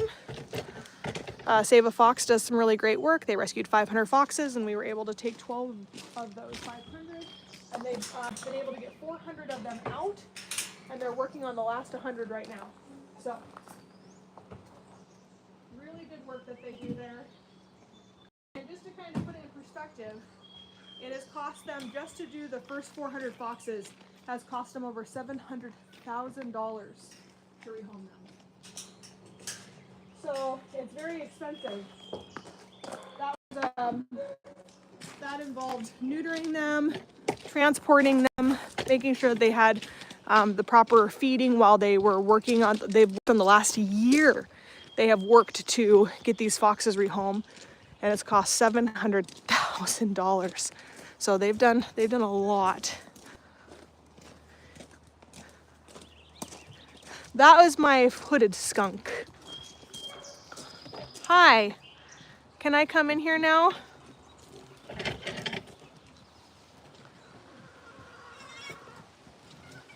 It is so expensive. My yearly expenses are $600,000 a year, and we're all donation based right now.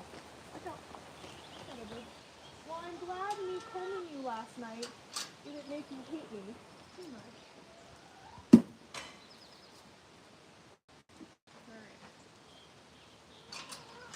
So let me get you guys in here now.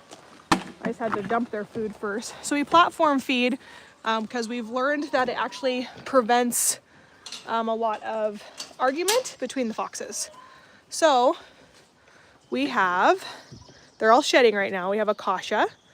We have Akasha, Audrey, Edward. That is Todd. That is Dexter. And then that's Faith. Hi, Faith. Do you want me to grab you something to eat? Excuse me, I gotta grab Faith something to eat. Excuse me, coming through. What am I gonna grab her? Let's see here. Let's grab her a piece of turkey and some vegetables. There you go. You're welcome. You're a sweet little girl. You saw a red fox about a month ago. It ran through your yard. Oh, how beautiful though. I was shocked how tall it was. It was about the size of a coyote. That's ginormous. We're located in Anacortes, Washington. We're an hour and a half north of Seattle. So these guys got to touch ground for the very first time at our facility. They were kept in wire like rabbit cages with auto dog feeders, and we were able to let them out. You guys can go back and watch our little video of what it's like to watch the foxes touch ground for the first time. It was a very emotional day. We do have that video available that you guys can watch. So today they really do prefer like turkey and chicken, but today they're getting seafood. They will eat fish also. So they have some salmon and some cod and some Pacific wild caught. So super amazing. I would love to be able to see red foxes. We don't have those up here in Anacortes. And I'll be posting a video here soon. I have family in Washington. We may end up moving out there.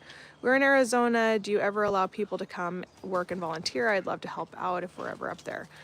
So we do have volunteer opportunities. We have a volunteer opportunity once a month usually. We're actually open. We did private tours. That was our main source of income for several years. It allowed us to provide really well for the animals. I'm not gonna lie, we pulled in about $900,000 a year or a little bit more to be able to care for the animals. We had a staff of 7 people. It was a beautiful time. And 21 years after being out on this property, the Skagit County came in and they said, you now need a special use permit to be able to do your tours. And they shut us down. They told us it would take about 6 months. We are now going on 3 years of working on those permits. So we've had no income to take care of animals for 3 years. Then in June, that was in January, in June, my very wealthy neighbor who lives about 1.5 miles above me and has over 100 acres of undeveloped land above me, served us with a lawsuit saying that the wolf dogs howling 21 years later is a nuisance and that they needed to be gone and we needed to be shut down. He also said the traffic we produce, which is less than the traffic he produces, was a nuisance, and us just being in existence was a nuisance. And so we've been fighting that for 3 years also. It's cost our organization $300,000 of resources to continue to be these animals' voices.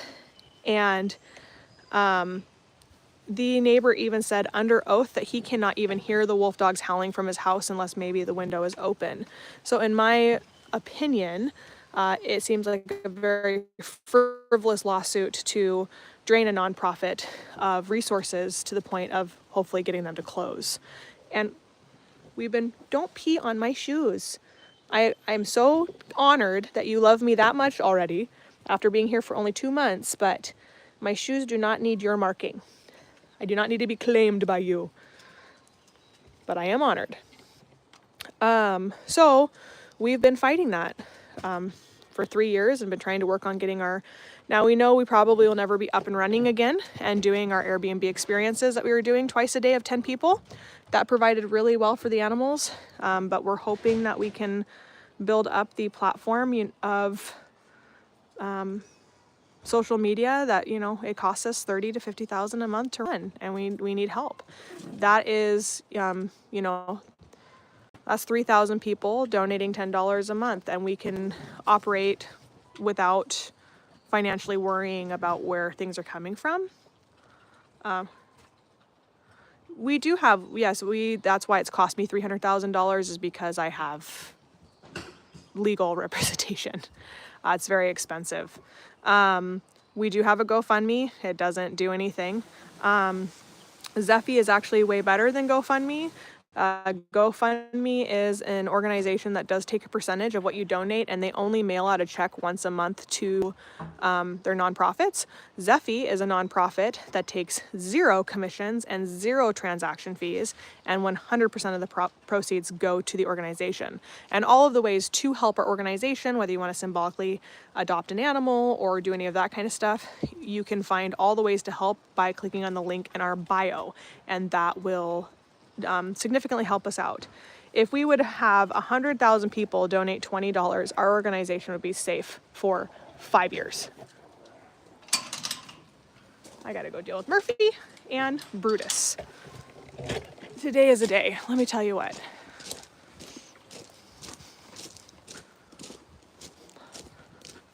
Hey Murph! Murph! Brutes!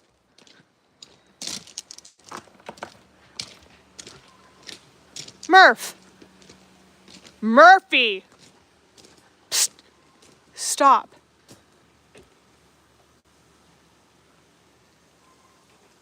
He doesn't have his neck is not the chew toy. Murphy! No. Not today. No.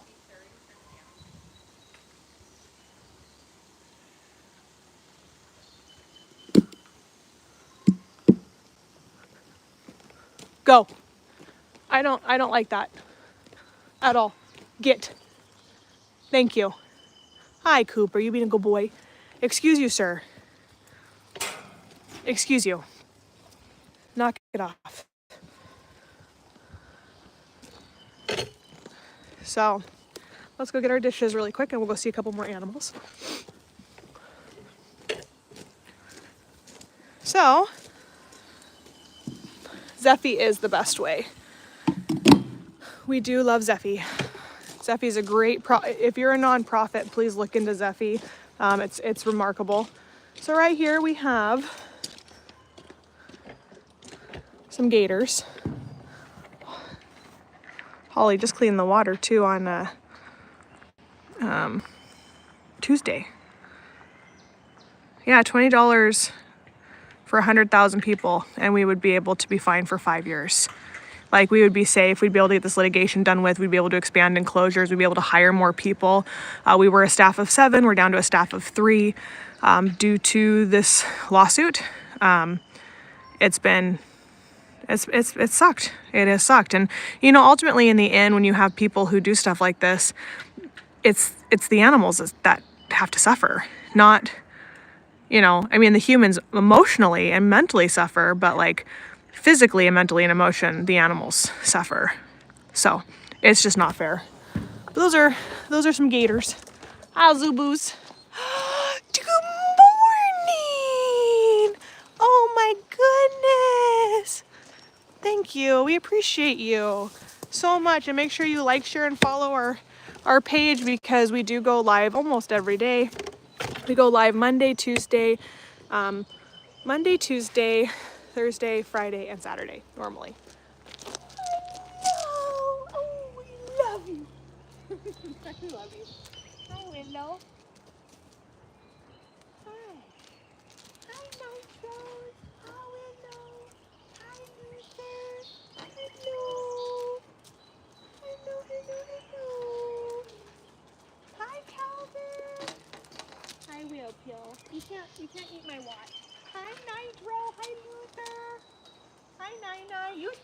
What did you roll in? What did you roll in? What did you roll in? What is it? So I've had the honor of working with wolf dogs for about 2 decades now. It is a different way of doing things for sure. This is Nitro. He thinks he's a kitten. Are you my kitty? Brown. Are you my kitten? Are you my kitten, Wolf? Oh, you my kitten, Wolf. Oh, I love you, I love you, I love you. He's a British Columbian black wolf dog. All the wolf dogs we have out here are high content.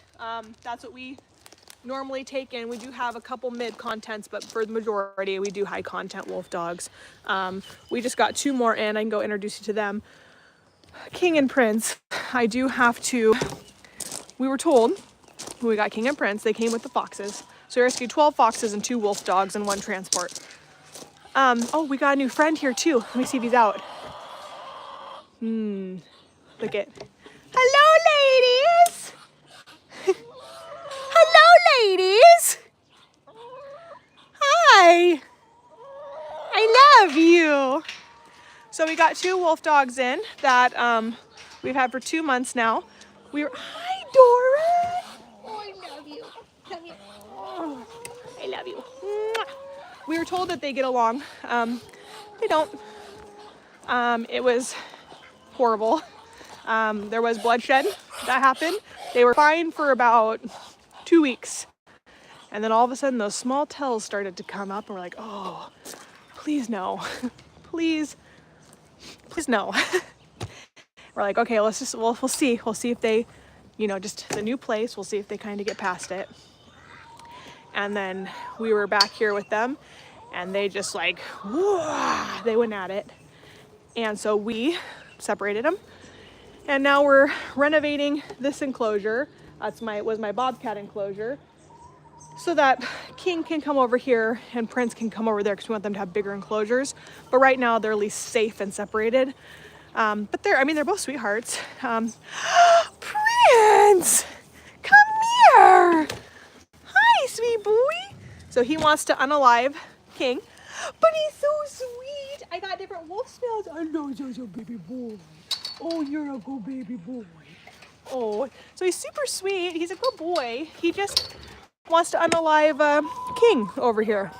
We even had to put, I've never had to put up a divider between boys like this before. Females, yes. Boys, no. Come here, you little stink nut. And they're older too. They're like we were told they're about 11 or 12 years old. But they're very unhappy with each other. Now King is just this sweet, timid, shy little guy. Sweet as pie. But let me tell you what, when his life is flashing before his eyes, it wasn't. But if it is, he protects himself. But this is, hello. So we've only been working with him for 2 months now. It's a different disposition and a different personality. Hi, Kissy, come here. What do you hear? Oh, leave him alone. So he hates. Hi, come here.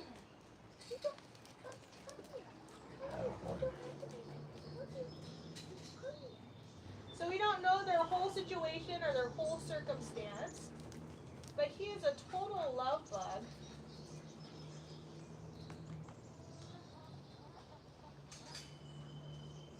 I mean, he's so sweet.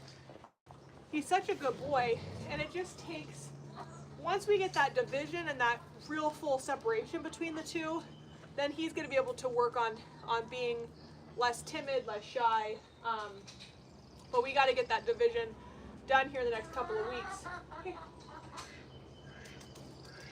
What are you doing? Let me move your platform back. You guys stop moving this platform back. You guys stop moving this platform. You guys stop moving the platform. Stop moving the platform. It's not nice. You guys stop moving the platform.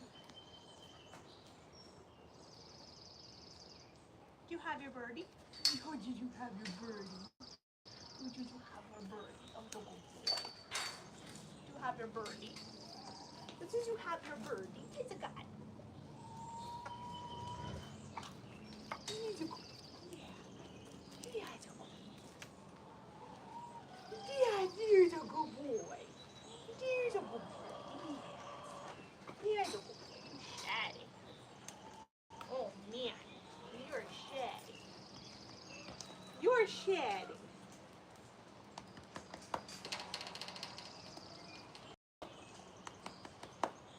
Here's a shatty.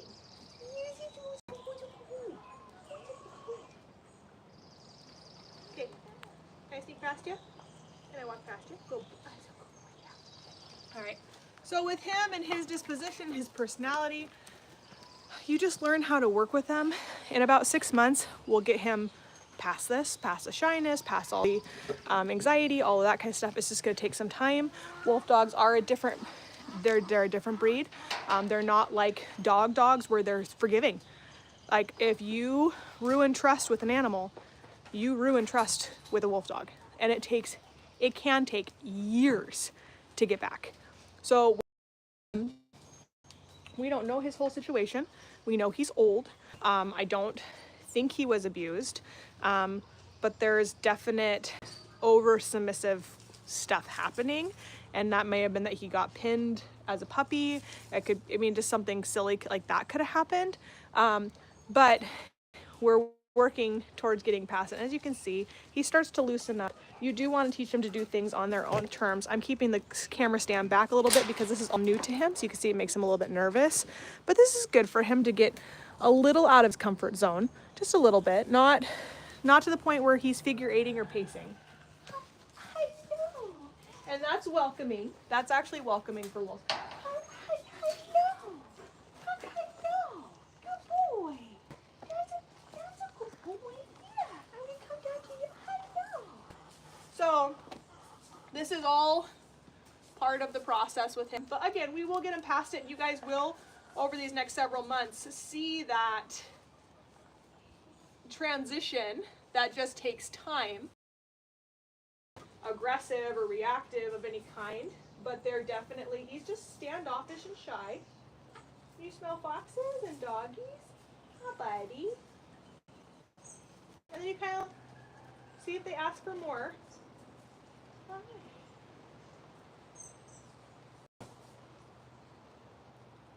What are you doing? Hi. Yeah.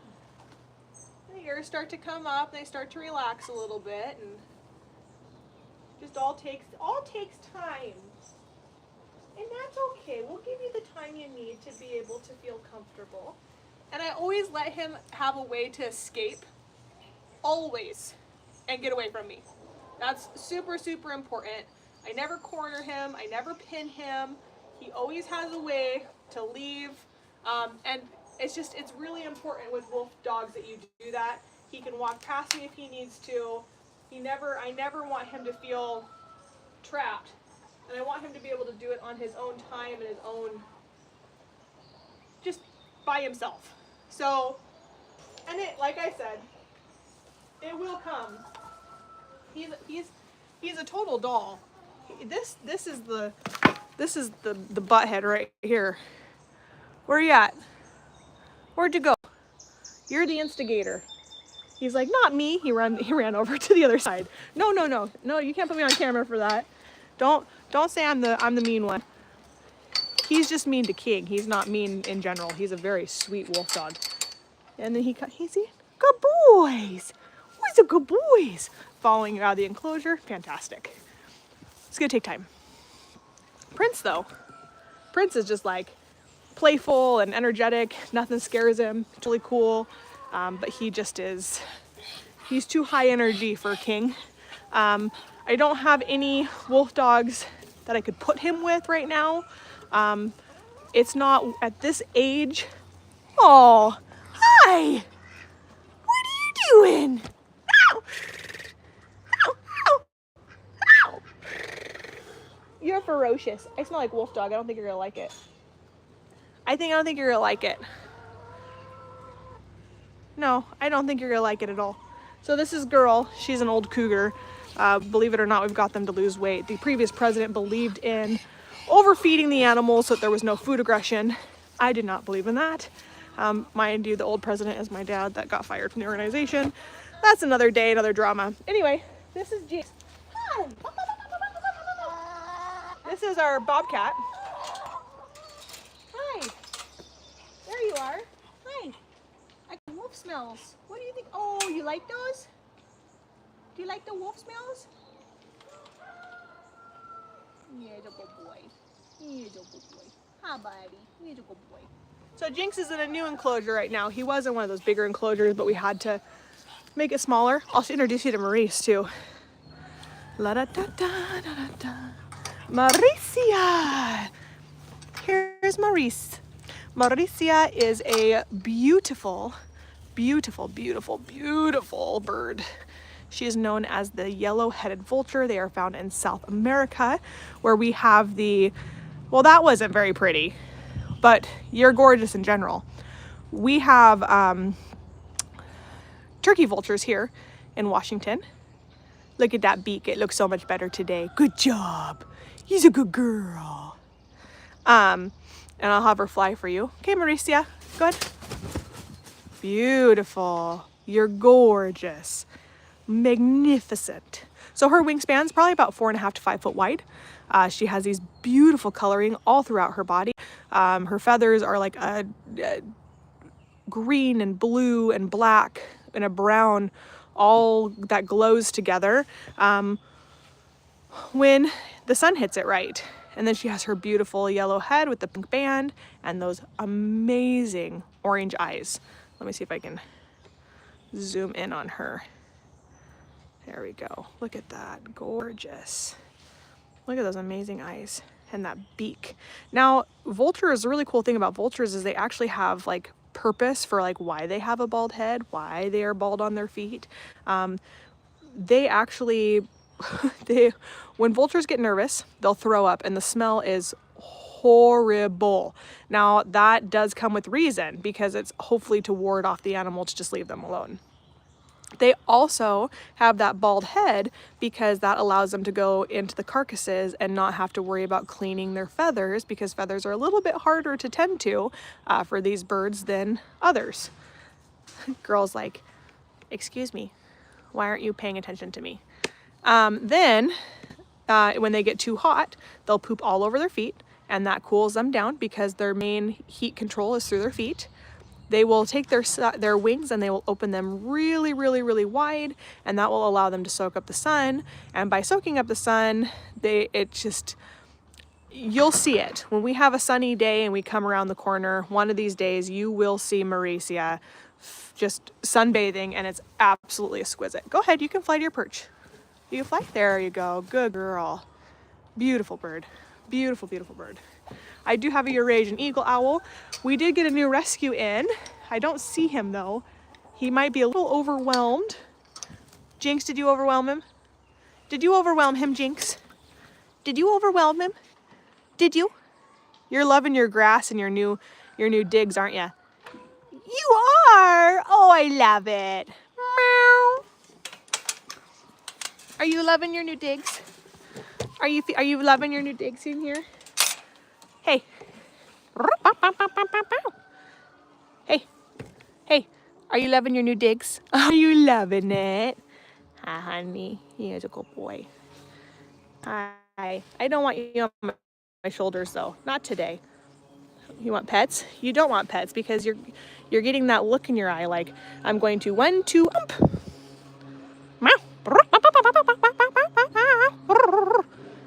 Oh, here comes the quads. Here comes the quads. Da da da da. Actually, that's a dirt bike. That is not a quad. They do have quads, but that is not a sound of a quad.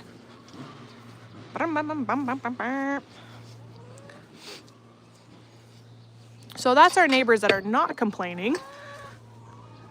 They have 2 kids that ride their dirt bikes and their quads, and they're all happy, and it's good. It's good. Ladies. Hi, ladies. We have 32 chickens here. We have our chickens. I did buy my chickens. I did not rescue my chickens because, is that your new spot? That broken down lawnmower? I gotta take that out of here. Look at all these pretty new ladies. Hello, pretty new ladies who don't like me. Hi, aren't you beautiful? These are my old ladies. These are my new ladies. That's one of my old ladies right there. Let me see if we can show you our new rescue. He's back here. Look at how ducks are the dirtiest. Introducing Harold. Harold is our newest rescue. Hi, Harold. How's it going? How are you doing? This is Harold. Harold's mate died and they had to rehome him because he was being a jerk to the chickens. So now he is with some other ducks. He's still learning to fit in. He's only been here not even 24 hours. But Harold's beautiful. Look at all my chickens. Aren't they just so pretty? I just love them. Now we're gonna be growing special grasses and stuff under there for them so that, oh God, he's so pretty. Because that way they don't eat the roots. Gosh, you guys are so dirty. Just literally dumped, washed, and cleaned these. And that's what it's like owning a duck. If you're thinking about getting ducks, know it is significantly dirty than chickens. Chickens are way cleaner than ducks. And pheasants and quails are way, way, way cleaner than all of them. So, anyway. Zeffy is like the best donation platform. We get 100% of everything that you pay. You do not have to contribute to their cause unless you want to. So you don't have to pay a fee or any of that kind of stuff. PayPal, when you do PayPal, they ask you like, hey, do you want, so that they actually get the $20 donation, do you want to add $1.26 or whatever it is? And then you can click that or no, which is fine. But Zeffy, hi Wrecker. Ferdinand! Hi Ferdy! Are you the cutest Muscovy in all the world? Really? Is that what happened? You can change it to 0. Yes, that is correct. That's another one of my rescues. He's a butt. You're a jerk. Leave Ferdinand alone. Do not hurt my Ferdy birdie. Leave him alone. He's mean. He's a sweetheart. I raised him, rescued him, and he was a rescue too. They found him as a little duckling, abandoned, like when they were hiking. And they called us and asked if we could take it. We said, sure. We raised him and all of a sudden we got this duck that had legs the size of tree trunks. Hi, girl. You're beautiful. Believe it or not, that cat's lost weight. So, like a lot of weight, like 40 pounds. She's old though. She's old. She only has a few more years left to live, but Boy does not. Boy, her brother, we have to put down here soon, and that's going to be a really hard day for me. I won't go live that day because that's going to be a pretty emotional day for us. Ooh, look at, they're eating.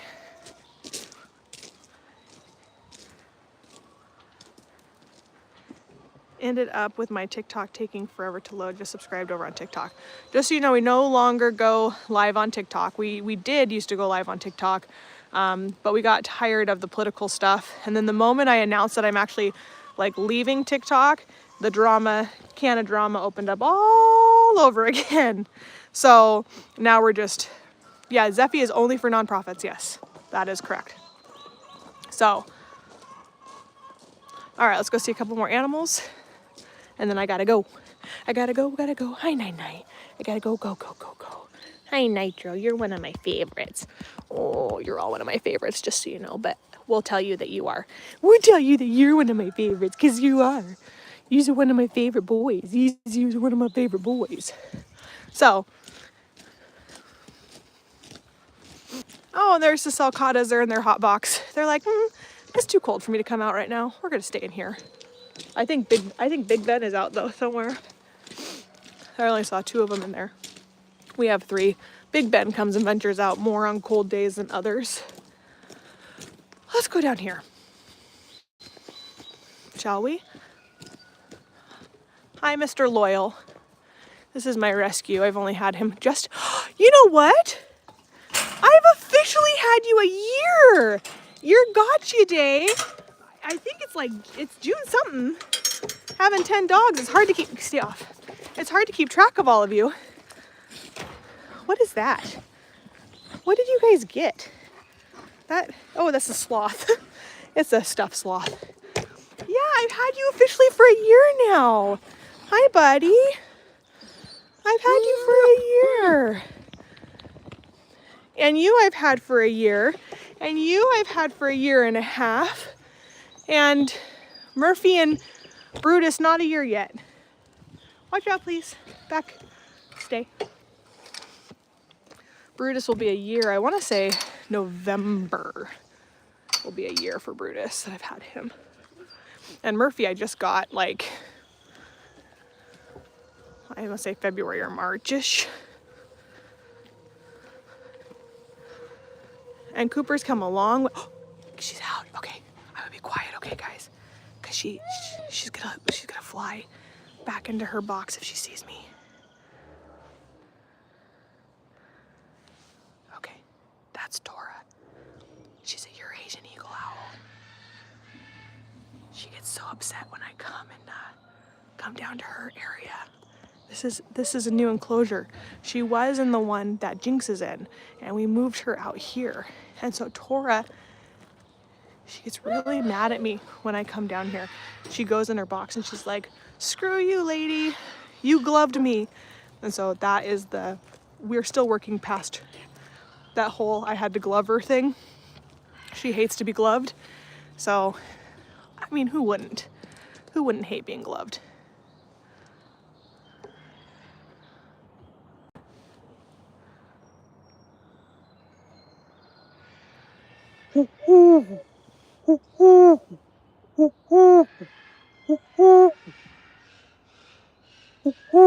What do you got in your hand? You got some pork?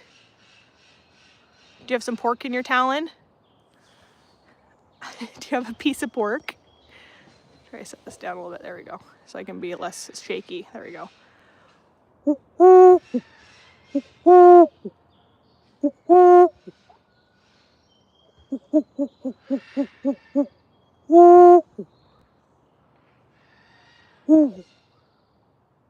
No, I do not. I live 6 minutes from here and I have 24-hour surveillance on the property, so.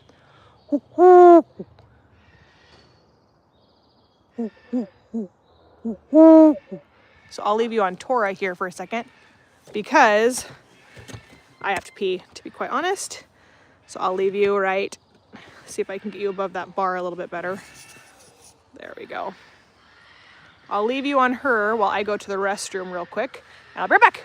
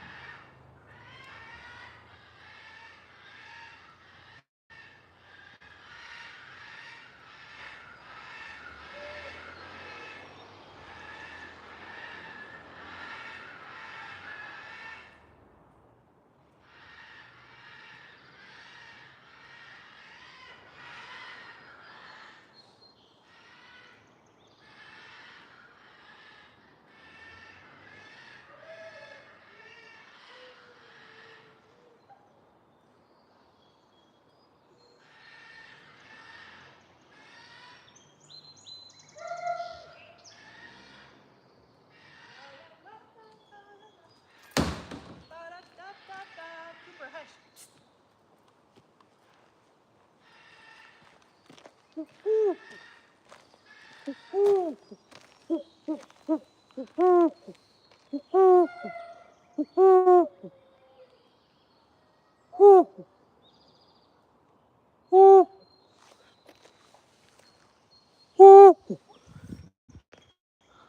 She's like, I'm gonna go into my box because you're crazy.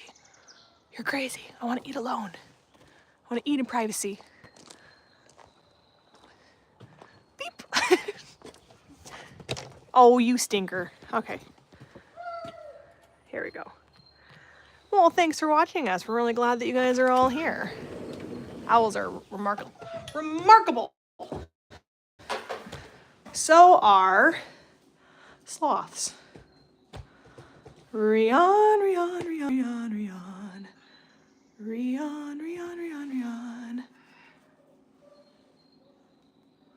Yeah, there is blasting that happens right next door. We also have our neighbors that are constantly pew-pewing just for fun. Rian! All right, we're gonna say hi to my baby girl. This is Rian. She's my beautiful lady. We have a very special relationship here. Don't we, Rian? Trying to clean my screen on my other phone. There's like a weird hue on it. Trying to get it off of there. Rian.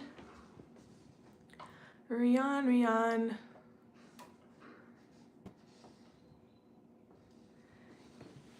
You are my sunshine, my only sunshine.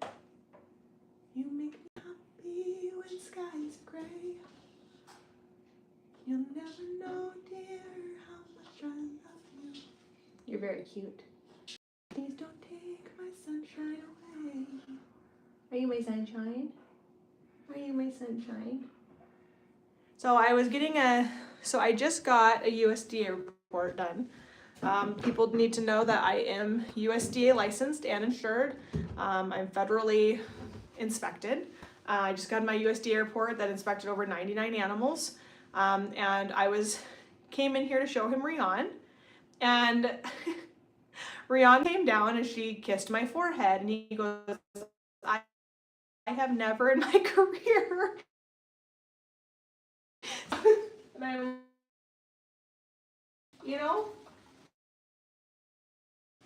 Rian and I, we're on good terms. She's like, we sing and talk together.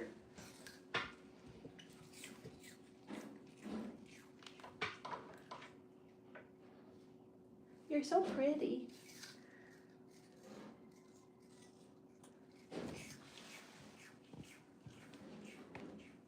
It looks like the what TV set?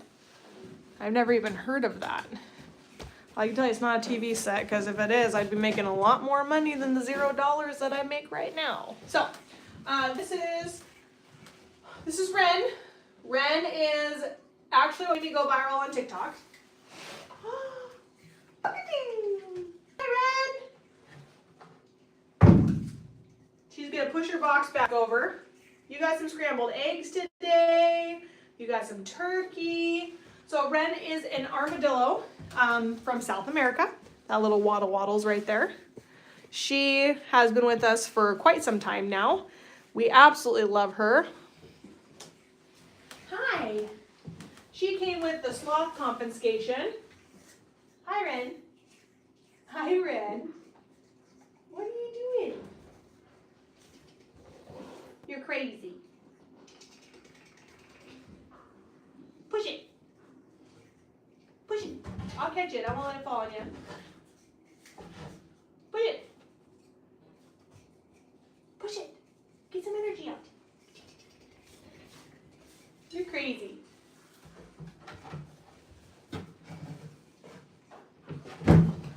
Here we go.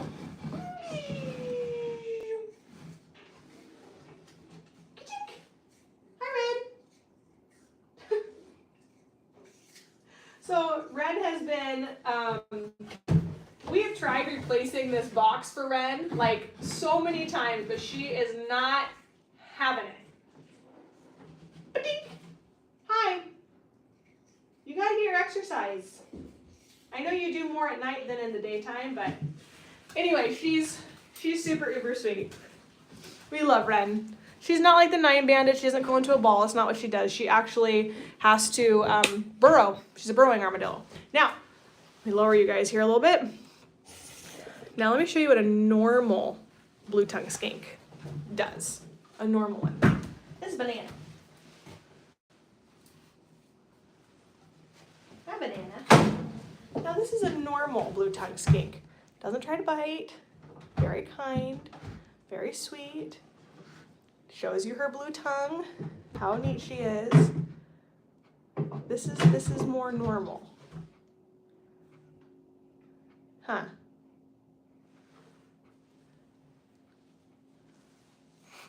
Do you know I got another one, Banana. We named him Zucchini. And you know what, Banana? She's not nearly as nice as you are. Not even close. So Banana has that blue tongue. They're found in Australia. It's a beautiful blue tongue you have there. She's in the reptile house right now because it has just a much better humidity than our other facility, our reptile house. So the other blue tongue skink may be moved in here. I'm not quite sure. We'll see. Then, you guys ready? So I do have kinkajous. Kinkajous are ferocious little beasts. There's only one rescue that I know that is kinkajou specific, and it's in Florida. And she does a phenomenal job. We have 2 kinkajous here. They're related to the raccoon family, so they're so quick to turn. So I'm gonna see if I can give you a glimpse. Now they are nocturnal. So you see her doing a lot of her stuff at nighttime. That is because they are nocturnal. Now Kinky did come out and say hi to Jeremy this morning. He was chattering at me yesterday, which is terrifying. Make sure he's not in the log down here. He's not. Is he in here? Kinky, are you in there? Hi. What did you bring in there? What did you bring in there? Did you bring in a watermelon? Well, we're gonna have to get that out. So that's Kinky and Ari. See if I can clear it up a little bit. Come on, screen. Trying to get it. I know it's bright. I'm sorry. I'm sorry to disturb your peace. I'm sorry. You're very cute though. So they kind of look like a Yoda crossed with a rat kind of thing. Turn off my brightness here. We're located in Anacortes, Washington. They're kinkajous. Then I have another. Hi. Hello. Hello, friend. Hello, friend. This is Adagio. Hi, Dodge. He's my curious sloth. Hi. You're so cute. Would you like a green today? Would you like a zucchini? You're my vegetable sloth. Rihanna's my fruit sloth, and you prefer vegetables usually more than...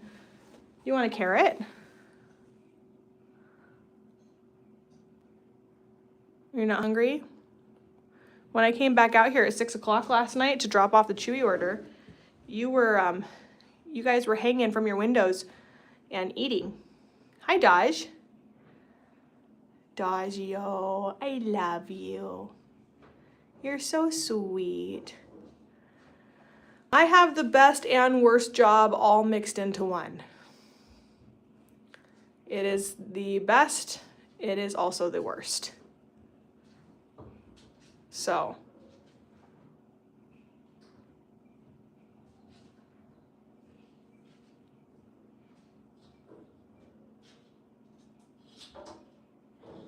Is that better? It was frozen. I got out and came back in. Did good until I went into Adagio's cage and shut the door. Oh, it locked off? Yeah. Is it back on? Are you back? Is it back to normal? It's all the white stuff on your jacket. Animals. Is that skink poop? No. He didn't poop. All good now? Okay. No, he pissed everywhere. He just, it like, I mean, like take the chinchilla and times it by 100. I mean, it was like, no. So first of all, I opened the box and he's fairly calm. And I opened the box and he goes, "What?" like jumps out of the box and I catch him in midair so he doesn't fall on the floor. And I catch him in midair and he starts squirming and squiggling like crazy. And I'm like, oh, hold on. I was trying to set him down so he could like relax so I could re-grab him. And he's just like squirming. I set him down. He's like going out of the box again. I'm having to grab him so he doesn't fall off the TV tray. And I'm like, good golly, I'm just gonna take you back to the enclosure. And then he just starts pissing everywhere. He just like, it's flinging all over the gift shop. And Holly's like, oh my God. And I'm like, stop. And he got pissed all down me, all down my jeans. So I'm like spraying chlorhexidine all over my body when I got done. I'm like, bleh, this is gross. And like, anyway, yeah, it was very, very adventurous. Yeah, it was an event and a half. I'm gonna take this off because you guys have theirs. That's better. Wow. Yeah. You go through those pretty quick. I go through screen protectors like they're going out of style. We're good. Okay. Had to let you guys come back to do this. Anyway, that was my adventure with the brand new blue tongue skink that I got this morning. He was not happy to be in a box. Now I can't drop my phone because if I do and I break it, I'm not gonna be able to replace it. So. They didn't have the glass ones for mine. They have the plastic ones. I don't like them. No, I've noticed with those, it doesn't read the fingers as well either. It's like you kind of have to double tap some stuff every once in a while. The glass tends to be a little bit more. It's funny they don't make them as strong as the I forgot lunch. newer Gorilla glasses. You know, the new Gorilla glasses like can't scratch this. That's what I have on these. I'm saying the screen protectors. They don't make them out of the same stuff. Oh. Hey! Stop! My dogs do today. They're on. It's this weather, man. The birds are louder. Shh. Hey! Murph! Bruce! Do you guys need to go to timeout? Do you need to have like your separate alone time today? Is this what we need to do? Do you need to be separated? Grab the toy. It reminds me of the Muppet Christmas Carol. Light the lamp, not the rat. Light the lamp, not the rat. That's how I feel with Murphy. It's like, grab the toy, not the neck. Grab the toy, not the neck. Grab the toy, not the neck. Troublemaker. Murphy. You've been bad today. Come here. No, you don't get the fun. No. No. You've been spicy today. You've been spicy today. What did you eat last night? I expect this from my Malinois, my German Shepherd, but not my Great Dane. What fell in your Wheaties this morning, huh? What fell in your Wheaties this morning? Huh? Goodness gracious. Murphy! No. Thank you. Crime and Netley. He's instigating everything today, which is not Murphy. So he's got a wild hair today. I love you. All right, so in here, hi Darwin. In here, we have the beautiful, illegal to own in California, but totally legal up here and at every single pet store. I'll find one. Kiwi, Casper, Kiwi, Casper, Robin, there he is.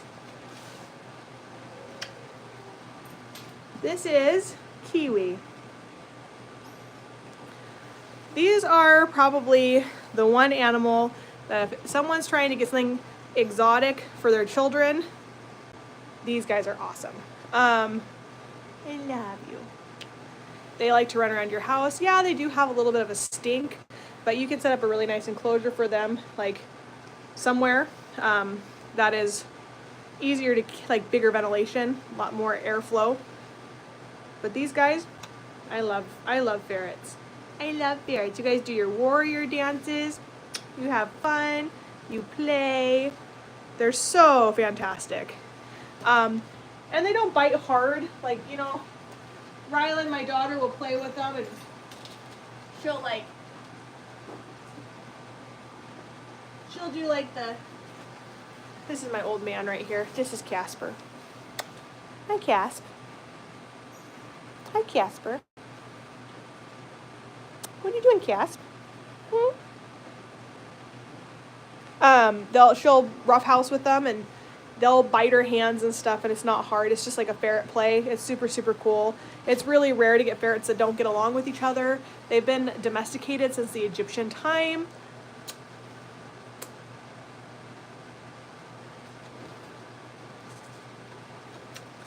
They're really awesome animals. I have one more somewhere. I think he's on the top bunk there. And really, these guys are a constant need of rescue all the time. So if you are looking to get a ferret, just go to one of your local websites, like go to one of your rescues websites where you can look. You can also go to Pet Finder. Pet Finder is a website that is for nonprofits. Now, not all nonprofits, not all sanctuaries, not all dog rescues are good. It's just they're not. But you can go there, and they do have those kind of exotics also. Now, the big thing that if you get one you don't really want a Craigslist ferret, but the thing is with Craigslist on ferrets and stuff, they're not really breeding them. They're literally just rehoming them because they're just not over it. I've learned one thing.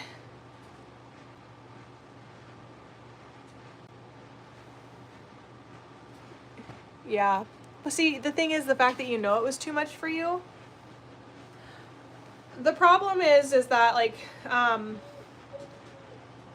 we have a society that does not know how to do what's called commitment. A lot of people commit to an animal, and that commitment quickly goes away. I'm not talking about we've been deployed overseas, we can't keep our dog kind of thing. We've dealt with a lot of situations that have unfortunately led to them having to rehome their family pet. I'm talking I just got a puppy, I'm their forever home, I've had them for 48 hours, I want to return them because you didn't train them well enough to be potty trained. It happens all the time. All the time. Now these are our chinchillas. At least up here it does.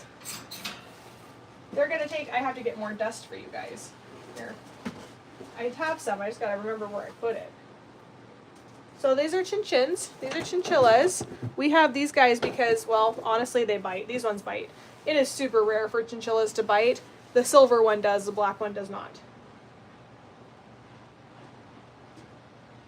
So this is Betty and Henrietta. That's one reason why we haven't rehomed them, is because of her biting tendencies that she has. Right, Henrietta? Yes, I'm talking to you. You little stink nut. She also gets really angry and she'll pee all over you, which is just, fantastic.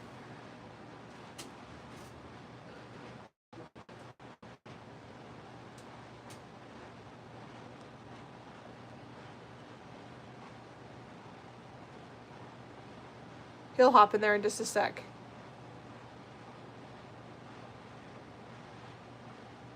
Now they have to take a dust bath in volcanic ash. Believe it or not, it's called chinchilla dust. Once she smells it, then she's gonna go crazy. So we just create a little bit of a dust cloud. Oh, there we go. Now this helps her coat not become oily, and they take a little bath. So she'll actually spin in it.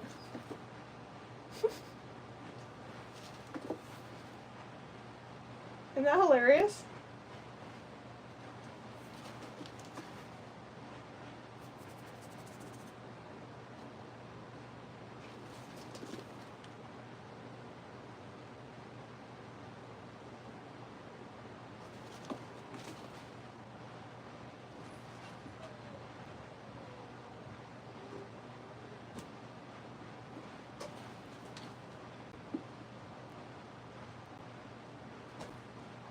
Is it Henrietta's turn? Go ahead, Henrietta.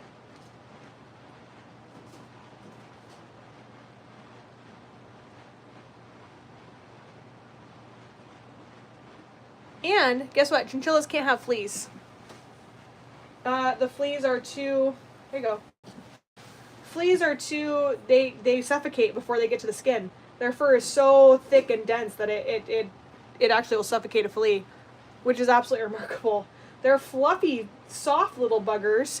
To be quite honest, though, you need to kind of be in the market for a chinchilla and know the commitment that it takes, because unfortunately, a lot of these will get rehomed. So make sure you do your... Don't chirp or cheep at me. Don't do that. That's rude. When she gets really angry, she'll pee. She'll try to pee on you. I was fluffing up your dust, is what I was doing. Don't be rude. She's kind of a meanie. I love you anyway, though. I gotta take... Don't... She's trying to bite me. Don't try to bite me. You're gonna have to go in here, or I gotta take it out. You can't leave the dust in here with you, because you pee in it. So take your bath and get out. Don't be rude. Don't you try to bite. Don't do it, Missy. See how much attitude this little thing has? Do you see how much attitude she has? No, thank you. You're something special, man. You're something special. Hey, Ashley, can you take these two chinchillas? One likes to bite people ferociously and pee on them because she gets angry. Sure, let's take it. Anyway, we still love her. We just know it's gonna happen.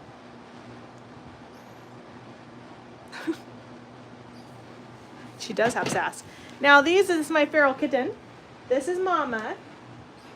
She hates to be pet. And then, oh, here's Nermal. Come here, Nermal. Nermal's one of her kittens that we saved. This is one of her kittens. Also is a feral cat. And we're doing okay. We're not really fans. We don't jump in people's laps, and we don't, this is all forced. We don't like to, we'll be okay with it for a little bit, but then we get really antsy and frustrated and beg you to let us go.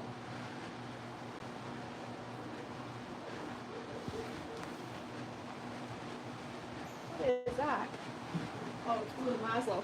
They're barking at each other. Anyway, that's our gift shop animals. These all have to stay. There are mousers. And then I have Garfield. He's somewhere. I don't know where he's at. Is he up there? What is up there? Huh. Anyway, it's our gift shop animals. That's us. That's what we do. We'll be back again tomorrow. Not until later in the afternoon, simply because I have to go pick up meat tomorrow. Walmart's one of our biggest sponsors, so I gotta go pick up meat. And then once I get back here and get the meat unloaded, then we'll go live and feed the animals together again. And we'll go down and do that. So, I'm looking for the question. I don't see it. Oh, the chinchilla's lifespan? Is that what you're talking about? We've had them for 4 or 5 years now. So anyway, or maybe not, 3 years? 3 years. Time flies by. I'd have to look at my USD book. Yeah, 10 to 15, 10 to 12. Anyway, thank you guys so much for being here with us. We will see you guys all tomorrow. Have a great rest of your day. Thanks for sharing, and following, and coming through. Make sure that you like our page and that you join our other platforms and, become a part of what we do. So we love you all. Have a great rest of your day. Hey, you know what? Remember, be kind. Just be kind to people. It goes a really long way just to be kind. When you go through the grocery store, you see a worker pulling stuff forward, just go, hey, you know what? Thank you for working so hard and pulling everything forward so it's easier for me to find things. Just be nice to each other. Just be kind. If you see something that you disagree with and that makes you really angry, just keep swiping. You don't need to put your little 2 cents in the comments. Just keep swiping, okay? And find the people and surround yourself with the same kindness, because it's what's going to keep us going right now.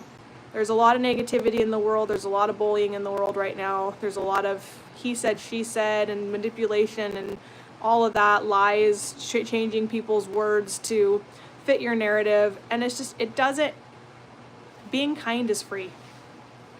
Just be kind and support each other. And if you don't support what I do, then just keep moving on, you know. And find something that you do, because I would rather you really invest yourself in something that you're really passionate about than have all this bitterness and hatred eating you away. So anyway, just remember to be kind to each other, because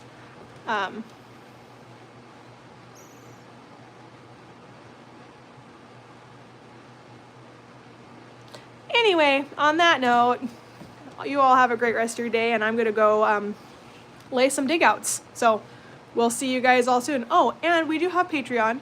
Patreon is an exclusive platform. You can find it in the link in our bio.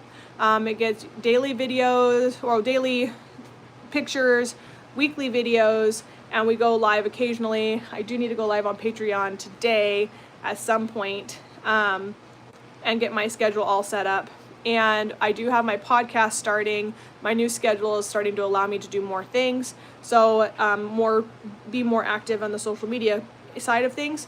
So make sure you join our Patreon. It's a way for you to get back to the organization as a monthly contributor, and you get exclusive content that we do not post to YouTube, Facebook, Instagram, TikTok, or anything else. All right? Love you all. Have a great rest of your day. Goodbye.